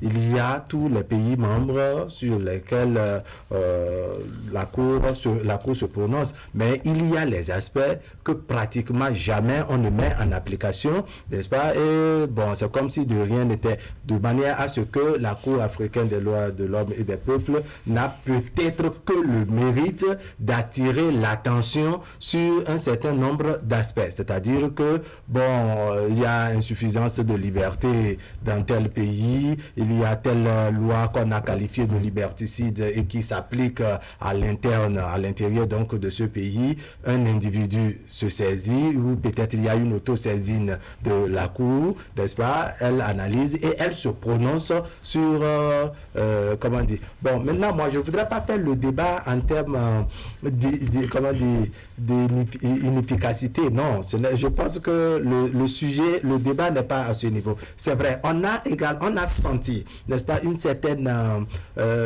activité, une hyperactivité de la Cour concernant c'est vous qui le dites ainsi, n'est-ce pas? Mais on a senti une série de décisions de la Cour africaine, n'est-ce pas, s'orientant vers le Bénin, et en termes de condamnation, des reproches, dois-je dire, à l'endroit du gouvernement béninois. Mais ces mêmes faits, presque, n'est-ce pas, on les a observés au moment où le torchon brûlait entre Patrice Talon, il faut dire les choses comme ça, entre Patrice Talon et Boni Yayi, alors président de la République du Bénin. Donc, encore une fois, ce n'est qu'à l'étape de constat. Il faut se demander pourquoi parfois c'est à l'approche des élections présidentielles, n'est-ce pas, que que les décisions de la Cour viennent faire débat à l'intérieur des pays. Parce que la plupart du temps, vous allez constater que l'élection présidentielle, c'est bien entendu, c'est l'élection la plus grande dans les pays de la sous-région. Et c'est en ce moment-là que des décisions, soit c'est un individu c'est un opposant qui aurait saisi la Cour africaine des droits de l'homme, ou c'est une auto-saisine, ou bien c'est une saisine de la Cour qui datait d'il y a longtemps. Et par la suite, les arrêts qui sont rendus, viennent tomber à la veille peut-être de ces élections. Et ça porte à plusieurs interprétations de ça. Certains y voient un certain acharnement contre le Bénin. Et lorsque vous écoutez les universités, un peu comme je le citais il y a un instant, Victor Topanou, il pense que la Cour risque de perdre sa crédibilité. Devrait-on s'inquiéter? Je pense que, le professeur Victor Topanou et, me semble, avant lui, le professeur Salami, ce sont des intellectuels, ce sont des élites du pays, et ils ont émis des avis pertinents sur cette question-là. Vous savez, si la Cour africaine est autant active, c'est parce qu'elle est entreprise de façon active par quelqu'un, pas des gens, forcément. Parfois, des contenus de plaintes bizarres, et c'est pourquoi elle est active, elle rend des décisions. Il me semble qu'on n'a jamais, concernant le Bénin, vu cette hyperactivité. Il me semble. Vous avez rappelé des moments de l'histoire politique de ce pays, d'il n'y a pas longtemps, en tout cas, où on a vu cette Cour à l'œuvre. Mais ici, aujourd'hui, on condamne la Cour, mais on se dit, mais attends, on semble oublier que c'est parce que quelqu'un veut que cette Cour rende des décisions qu'il l'a saisie et elle rend ses décisions. Maintenant, par rapport à ces décisions, je crois qu'il y a lieu de s'interroger parfois sur certaines décisions. Un coup comme ça qui dit, par exemple, à un pays, ne tenez pas les élections. Une Cour chargé donc des questions de liberté, ainsi de suite, et vous ne tenez pas les élections. Écoutez, mettez un terme à la Constitution. Ne révisez pas, retournez rapidement à la Constitution précédente, ainsi de suite. Voilà un peu. J'ai entendu tout à l'heure Akimi parler de peuple, d'intérêt supérieur de la nation. Ce sont des éléments sacrés, des éléments très très importants, très intéressants. C'est des éléments effectivement aussi qui s'opposent à cette cour. Pour dire, aujourd'hui, nous sommes dans un espace où il y a une communauté humaine qui vit, qui établit ses propres règles. C'est vrai, communauté partie également à cette cour, n'est-ce pas? Mais qui décide de se donner des lois. Et au sein de cette communauté, la société est organisée de telle façon que ceux qui ont le pouvoir, ils font les choses comme ils veulent. Et après, quand je ne suis pas d'accord, je me bats pour leur arracher le pouvoir et je fais les choses comme je veux. Ouais. Toujours par rapport à la Cour africaine. Oui, je suis d'accord avec le professeur Topane pour dire que c'est totalement décrédibilisé. Je ne sais pas s'il y a, on peut citer des occasions, des décisions de cette Cour qui ont été mises en œuvre dans des pays donnés, des pays, États, des États partis à cette Cour-là. Je pense qu'on pourra difficilement en trouver. C'est normal. Lorsqu'elle rend des décisions comme celles dont nous parlons en ce moment, il est tout à fait normal que même les mêmes pays qui l'ont mis en place, cet instrument-là, ne les respectent pas. Celui qui entreprend cette cour a aussi raison de l'entreprendre. C'est un moyen dont il dispose dans son combat pour faire valoir ses idées, pour faire valoir son idéal. C'est un instrument qui s'offre à lui et il l'utilise. Vous savez, lorsque les pères fondateurs de notre démocratie sont allés en conférence nationale des forces vives de la nation, ils ont élaboré une constitution qui a prévu une grande cour de justice pour juger les ministres, les présidents qui se rendent coupables d'un certain nombre de choses, n'est-ce pas? On a vu à tout quel moment aussi. ça a servi? Je compare cette cour-là à notre fameuse haute cour de justice. Et je au regard de tout cela, est-ce que vous avez jeté un coup d'œil à l'article du quotidien Fraternité ce matin, le Bénin qui a fait l'option du développement, et préférence est faite aux années scolaires sans grève, sauvages, aux hôpitaux non fermés et à des tribunaux ouverts un peu comme une réponse à cette énième décision de la Cour Herman Anyamboussou. Justement, chaque pays et chaque gouvernement définit un peu ses priorités et du mieux qu'il peut essaie de les décliner en action. Le gouvernement Patrice Talon a fait l'option, comme vous l'avez dit, comme l'a rappelé Fraternité, d'ouvrir les hôpitaux, de faire en sorte qu'il n'y ait plus de grève sauvage, qu'il n'y ait plus dans l'enseignement nos enfants qui restent à la maison parce que justement les enseignants ils font des revendications. Justement, chaque fois qu'on fait ça, et c'est à cela que je dis la question des droits de l'homme. Pendant qu'on demande, pendant qu'on exige désormais aux médecins de ne plus faire des grèves sauvages, il y a quelque part aussi des droits de l'homme qui sont sauvegardés, c'est-à-dire le droit à la santé. Justement, celui qui va pour des soins de santé, désormais il sait qu'il a un médecin au moins qui est à sa disposition, parce que, n'oubliez pas, dans ce pays on a fait des grèves dans le secteur de la santé sans service minimum sur 2, 3, 4 jours, et des gens en sont morts. Droit de l'homme aussi, parce que quand on dit droit de l'homme tout de suite, vous voyez, c'est une notion un peu vaste dans laquelle qui recouvre beaucoup d'éléments, au point où aujourd'hui, même quand André tout à l'heure fait référence à la conférence nationale, est-ce que les droits de l'homme ont été respectés dans leur entièreté au cours de cette conférence nationale-là? Qui est-ce qui vous dit qu'à 35 ans, je ne peux pas gouverner mon pays? Qu'est-ce qui vous dit qu'à 38 ans, je ne suis pas assez mature pour gouverner l'État? Qu'est-ce qui vous dit qu'à 80 ans, je ne peux pas encore gouverner? Donc, en fait, souvent que des gens s'asseyent et qu'ils trouvent un peu certains intérêts menacés, ils s'assoient pour mettre en œuvre. Et justement, André a rappelé tantôt cette hyperactivité de la CADHP. Je reviens également à ce pour vous dire qu'il n'y a pas d'amalgame à faire. Il y a eu une certaine condamnation de la CCJA dans le dossier Patrice Talon face à Boniaï, mais la CADHP n'a jamais été aussi active au point de demander à un État souverain d'abroger la constitution de ce pays. C'est-à-dire que vous êtes chez vous, dans votre maison, et un chef quartier le mécanisme qui a conduit à cette révision de la constitution. C'est assez compliqué.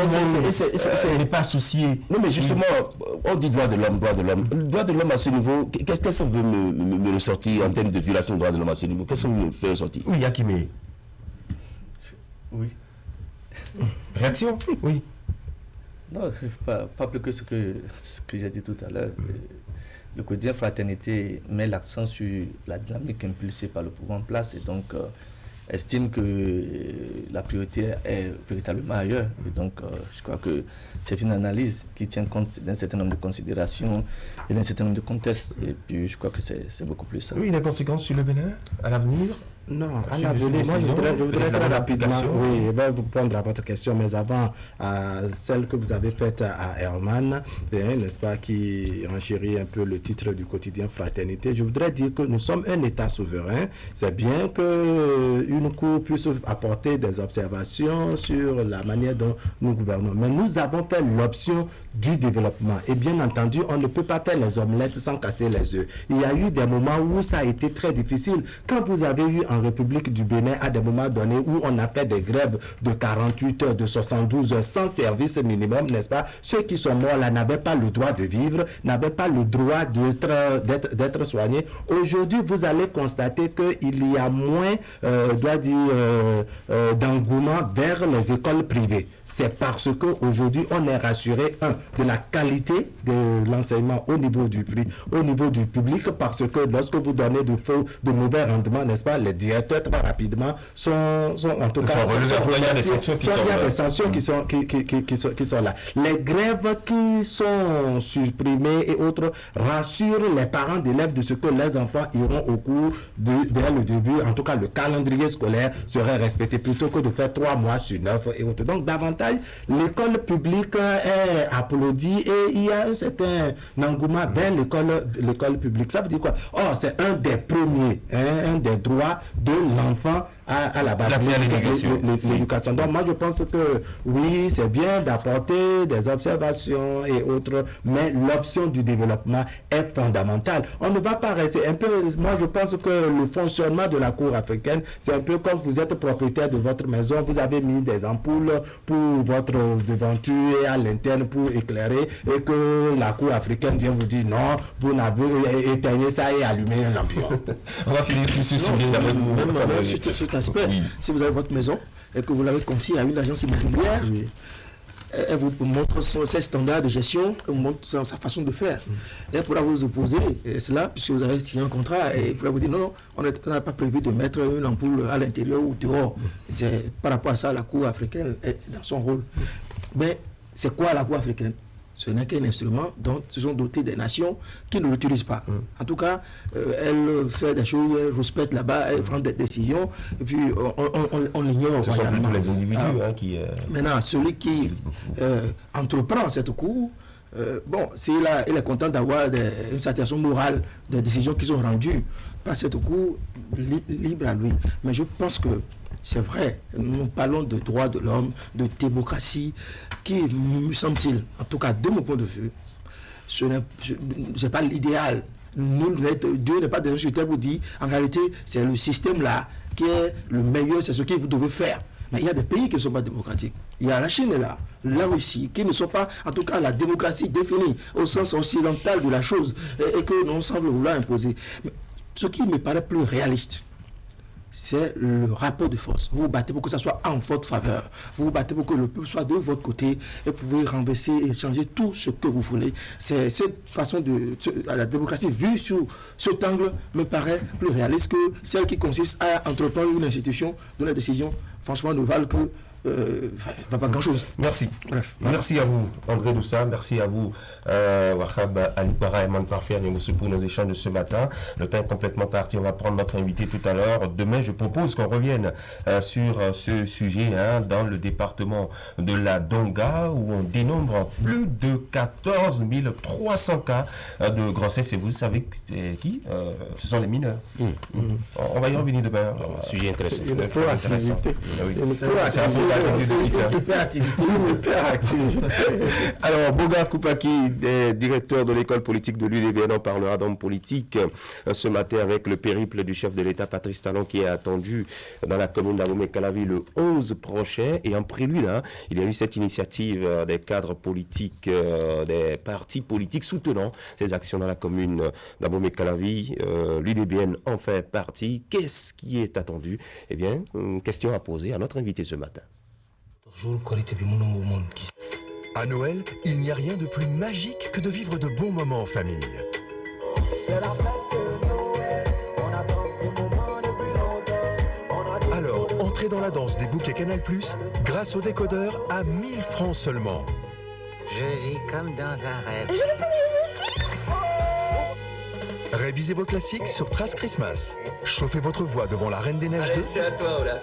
Déhanchez-vous sur les meilleures chorégraphies de l'UEFA Champions League et tordez-vous de rire devant Maman et sa bande. Fini les vacances, on se met au travail. On va passer Noël, tout est prêt pour qu'on profite de Noël.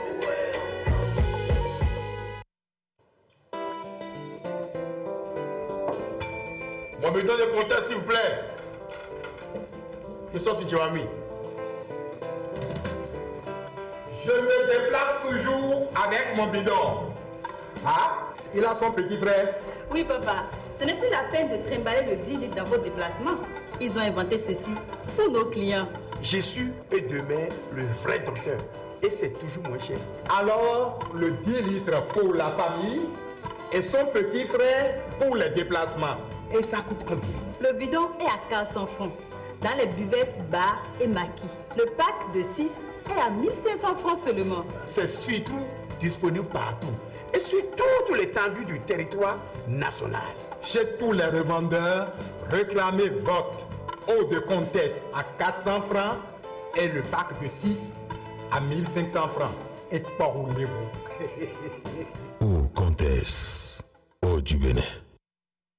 Comtesse, le plaisir de tous les jours.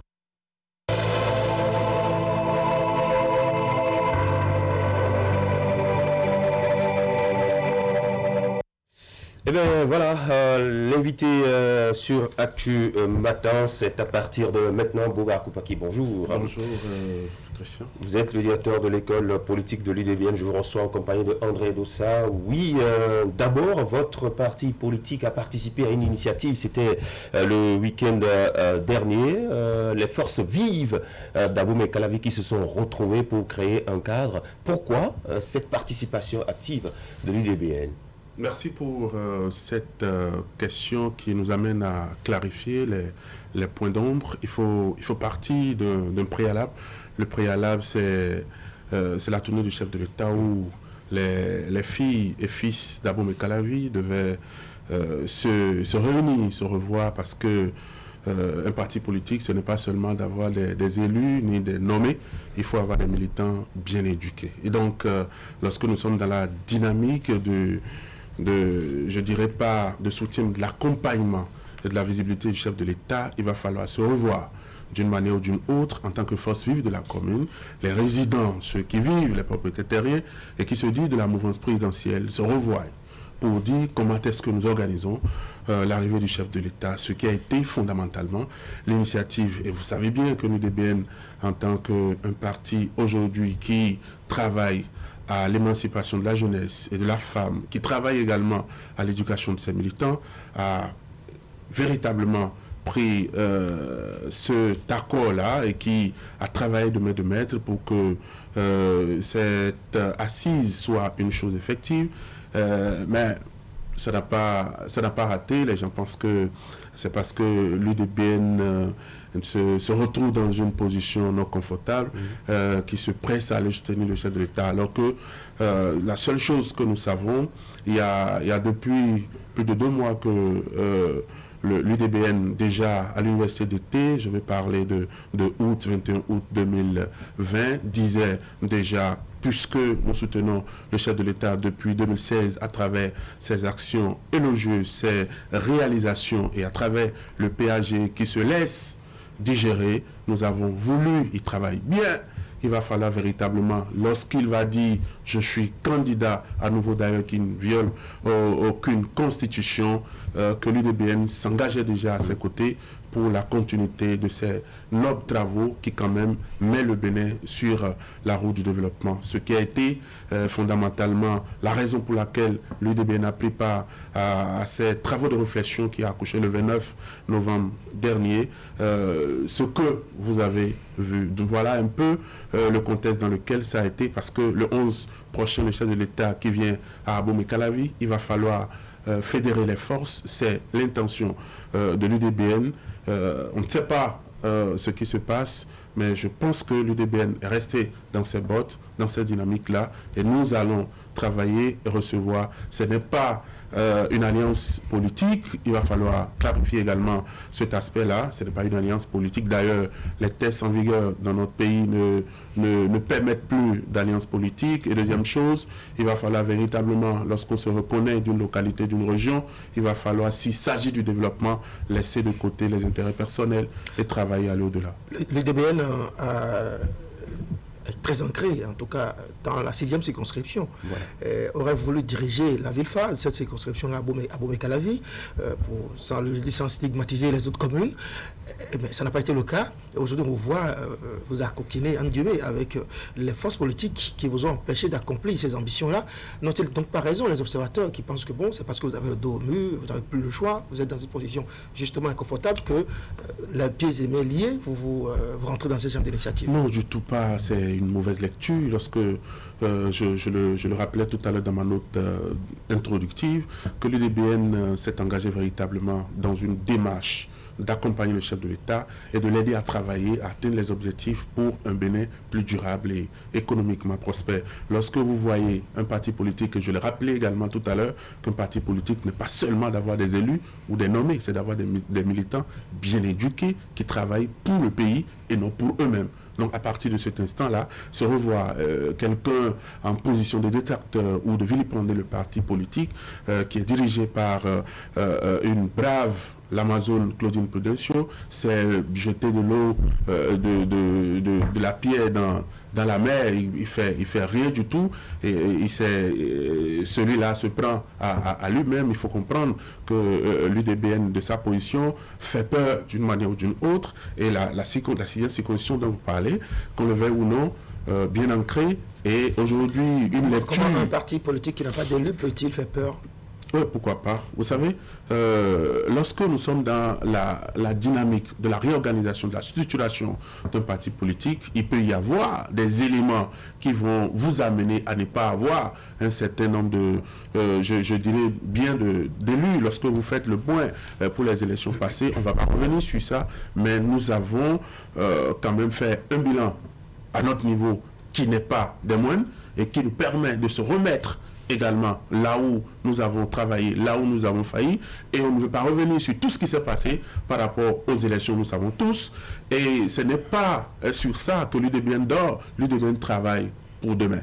Et c'est à partir de cette réflexion-là que nous avons amené, par exemple, puisque le chef de l'État fait bien, s'il faut le noter, c'est une note honorable que vous savez tous, mais pourquoi se camper dans une position de frustré alors que l'UDBN n'est pas frustré, l'UDBN n'est pas un mauvais garçon, l'UDBN n'est pas dans l'hypocrisie, l'UDBN n'est pas ce parti-là qui ne travaille pas pour le développement de son pays. Au contraire, nous travaillons pour la dynamique continue de ce pays-là. Et je pense que ceux-là qui pensent que l'UDBN aujourd'hui en mauvaise position travaille pour ça, l'UDBN est solidement visible et qui travaille avec cette structure décentralisée, c'est ces militants qui se retrouvent un peu partout, et on ne va pas dévoiler tout ce qui se fait pour qu'à l'avenir, vous allez voir le travail qui va se faire pour une option de 2021 pour que nous passions véritablement dans la paix et dans la quiétude. L'UDBN soutient ouvertement Patrice Talon. Ce que les autres ne peuvent pas dire d'une manière ou d'une autre. Vous ne participez pas directement à la gestion du pouvoir. C'est quand même curieux, non, cette posture de l'UDBN. Pourtant, vous restez toujours derrière Patrice Talon. Quels sont les gages qu'il vous a donnés? Non, mais il faut notifier. Nous participons d'une manière ou d'une autre à la gestion du pouvoir. Un parti politique, c'est de prendre part aux côtés, par exemple, lorsque d'ailleurs vous êtes cadre d'un pays, il faut travailler à accompagner votre pays au lieu de travailler à avoir vos intérêts personnels. Un parti politique n'est pas seulement là pour quémander des postes ou forcément à avoir des gens au gouvernement. Un parti politique travaille pour le développement de son pays. Et c'est ce que l'UDBN fait. Est-ce que vous n'êtes pas là dans un soutien forcé au chef de l'État? Non, du tout pas. Et vous voyez, ce qui est intéressant de savoir, c'est que nous sommes dans un pays où la liberté d'expression, la liberté d'agir, la liberté de se positionner et la liberté d'une manière ou d'une autre de faire son chemin avec qui que ce soit, ces libertés-là sont constituées dans ce que nous appelons notre constitution. Et de part et d'autre, vous allez voir que l'UDBN, qui est regorgé de beaucoup de cadres, comme le disent ceux-là eux-mêmes, on ne peut pas s'asseoir et réfléchir et dire nous voulons pour nous. Et lorsque nous nous référons à cette citation forte qui rappelle à ce que si vous êtes un fils d'un pays, n'attendez pas à ce que votre pays vous apporte parce qu'il vous a apporté votre nationalité, travaillez à lui apporter quelque chose. Ça se voit que vous lisez beaucoup Lincoln. Alors, dites-nous, avant de vous prononcer en faveur d'une candidature de Patrice Talon, de lui offrir votre soutien, vous avez dû l'écouter, il a sans doute partagé avec vous son idée, sa volonté, peut-être d'aviser ou d'être candidat. Quels sont les gages qu'il vous a offerts?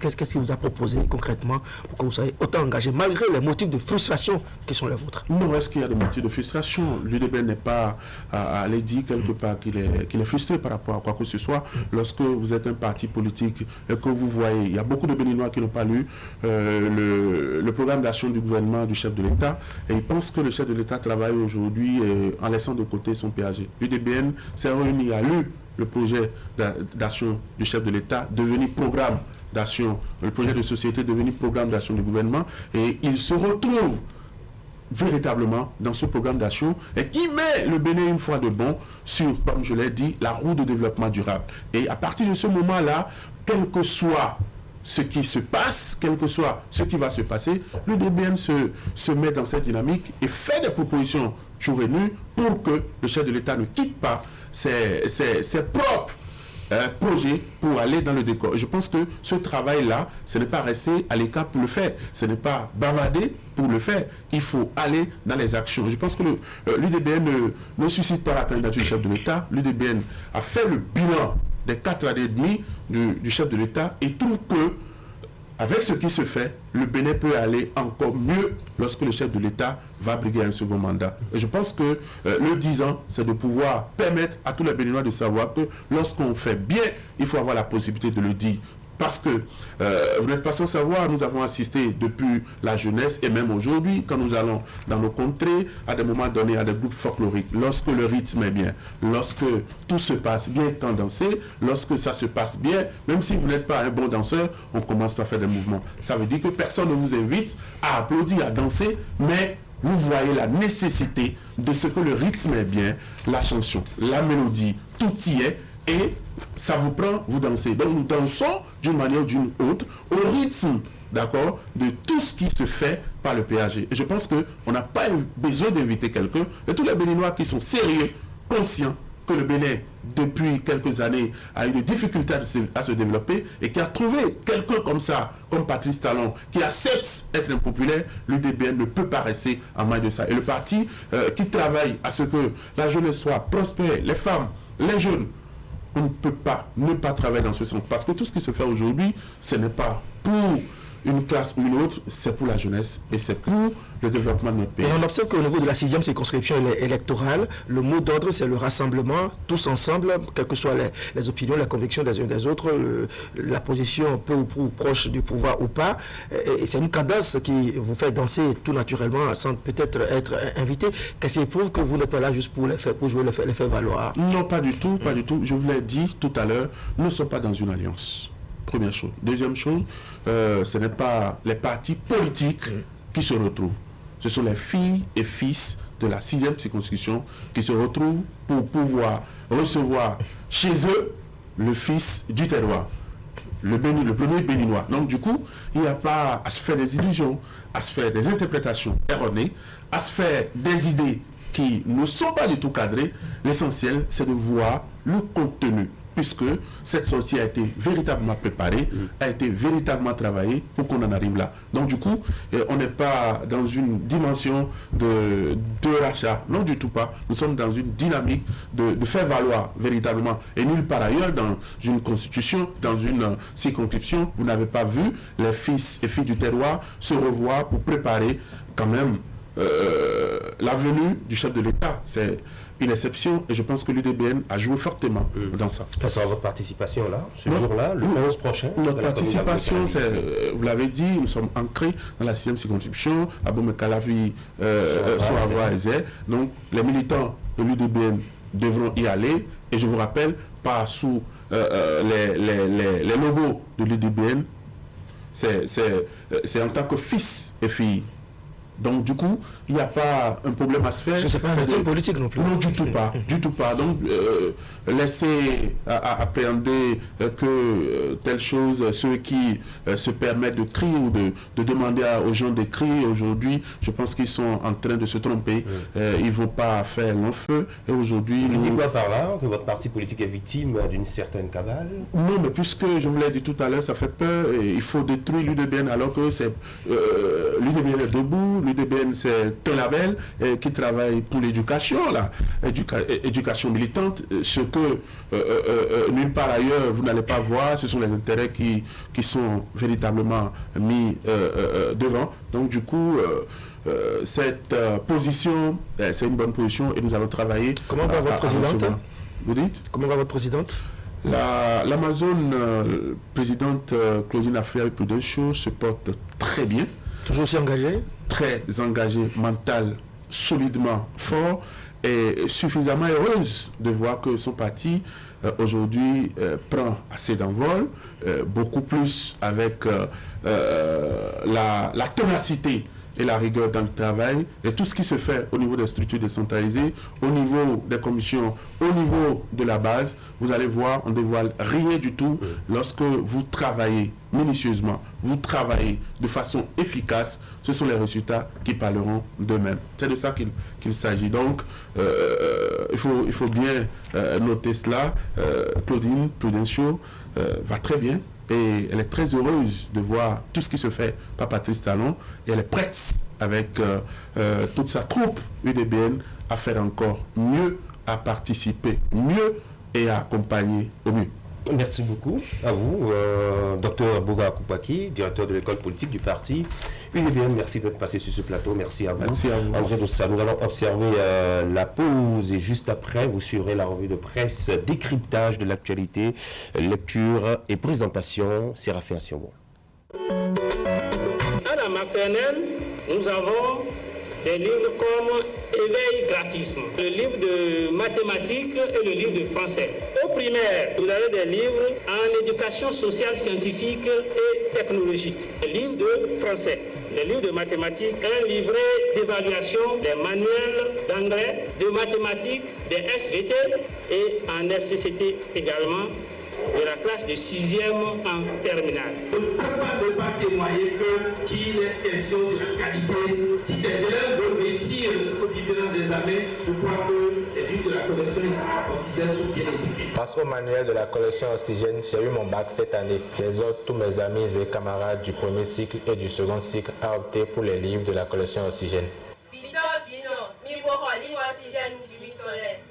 Oxygène, c'est le livre des premiers. Collection Oxygène, disponible dans toutes les librairies du Bénin.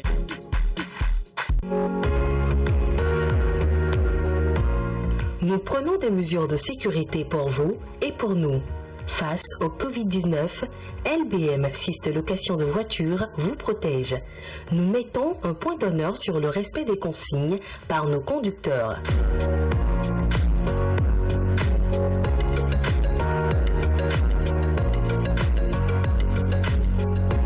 Nos véhicules sont systématiquement désinfectés avant et après chaque mission.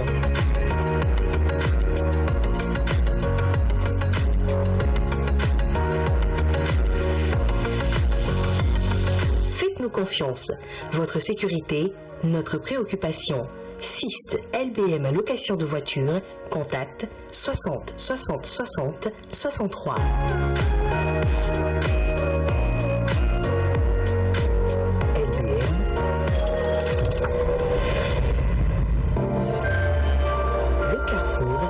Marque. A+ et Canal+ University lance Rions Plus, un appel à projet pour la production de programmes courts, humoristiques à destination des talents africains. Inscrivez-vous sans tarder pour exprimer votre créativité à travers un format moderne, original et dynamique. Les dépôts de projets se feront du 14 au 24 décembre 2020. Toutes les informations et conditions de participation sont disponibles sur le site web www.a-plus.com. Vous êtes producteur, réalisateur, résident en Afrique francophone et vous avez du talent, alors ne manquez pas cette occasion de montrer votre savoir-faire.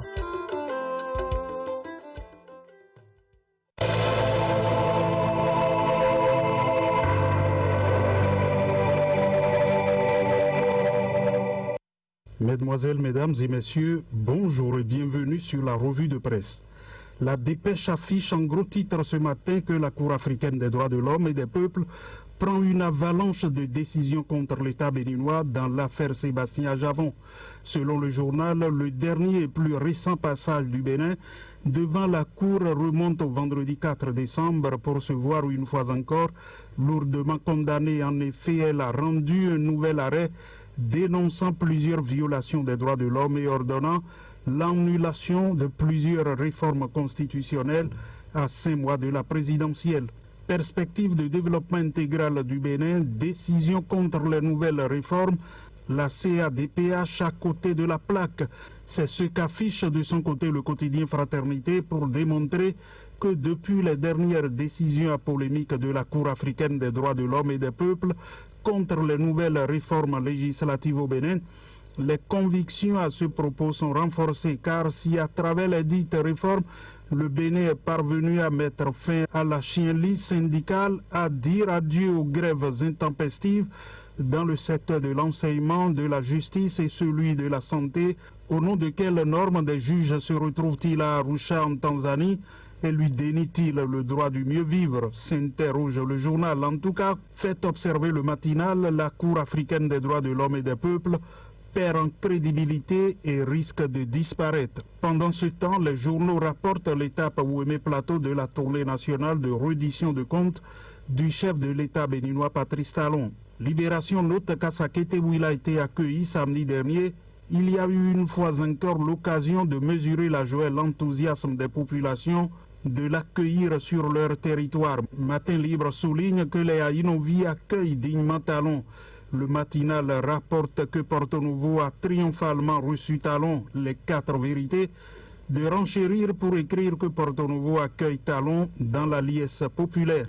Pour Fraternité, l'émotion du chef de l'État à sa descente à Porto Novo le samedi dernier est vive. Patrice Talon a été non seulement séduit par l'accueil chaleureux auquel il a eu droit, mais aussi et surtout par le nouveau visage de Porto Novo, la belle et rayonnante capitale politique du Bénin.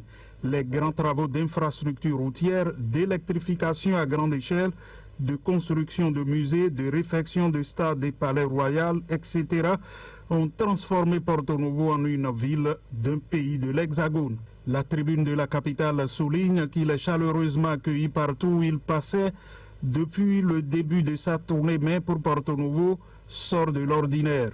Dans la soirée du samedi où Patrice Talon a décidé de prendre langue avec les populations de la ville, à 3 noms qu'est la capitale administrative du pays qu'il dirige depuis bientôt 5 ans, l'ambiance ayant marqué cette visite est plus que celle d'un jour de la fête de Nouvel An. Pour Bénin Intelligent, selon le point de la tournée fait par le porte-parole du gouvernement Alain Orunla, le chef de l'État était particulièrement pris d'une grande émotion à Porto Novo. Une émotion qu'il a qualifiée d'indescriptible. Et pour le ministre, le président Talon n'a attribué aucun mauvais point à ses prédécesseurs. Et parlant de la commune d'Avrancourt, l'autre quotidien fait observer que parmi toutes les localités visitées pendant sa longue tournée, c'est ici que Patrice Talon s'est voulu plus familier, plus intimiste et plus humoristique. Normal, c'est la terre natale de la première dame du Bénin. Le président de la République n'a pas manqué de le montrer par une grande décontraction aux populations d'Avrancourt.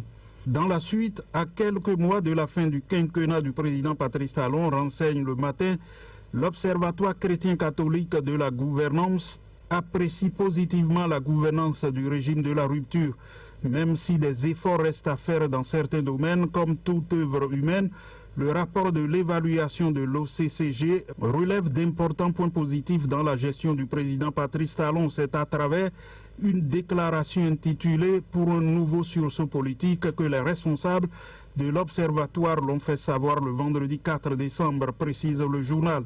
Nord Sud Quotidien ajoute que l'OCCJ reconnaît également le mérite du gouvernement quant aux réformes qui n'ont pas empêché la continuité du service public, de l'éducation et de la santé, ainsi que des efforts pour la moralisation de la vie publique et sociale. Matin libre de conclure que l'OCCG salue les actions sociales du gouvernement. Le matinal fait toute une autre lecture de cette déclaration de l'OCCG, se demande celui qui manipule l'Observatoire chrétien pour écrire que les cadres catholiques réunis au sein de l'OCCG ont mis malencontreusement les pieds dans le plat par rapport à la présidentielle du 11 avril 2021. Pour finir cette revue de presse, ce constat fait par le quotidien Bénin Intelligent qui note que durant cette année 2020 finissante, 14 359 mineurs âgés entre 14 et 18 ans ont accouché dans le département de la Donga. Parmi ce nombre figurent 70 élèves et 211 apprentis artisans. Il s'agit là d'une révélation de Alassane Sabi Karim, chef service promotion du genre, de la famille et de l'enfant à la direction départementale des affaires sociales et de la microfinance, selon le journal qui précise que l'intéressé a communiqué ces chiffres en marge des travaux de la deuxième session de 2020 du comité départemental de suivi et de coordination pour la protection de l'enfant de la Donga vendredi 4 décembre à Djougou. Merci d'avoir suivi la revue de presse.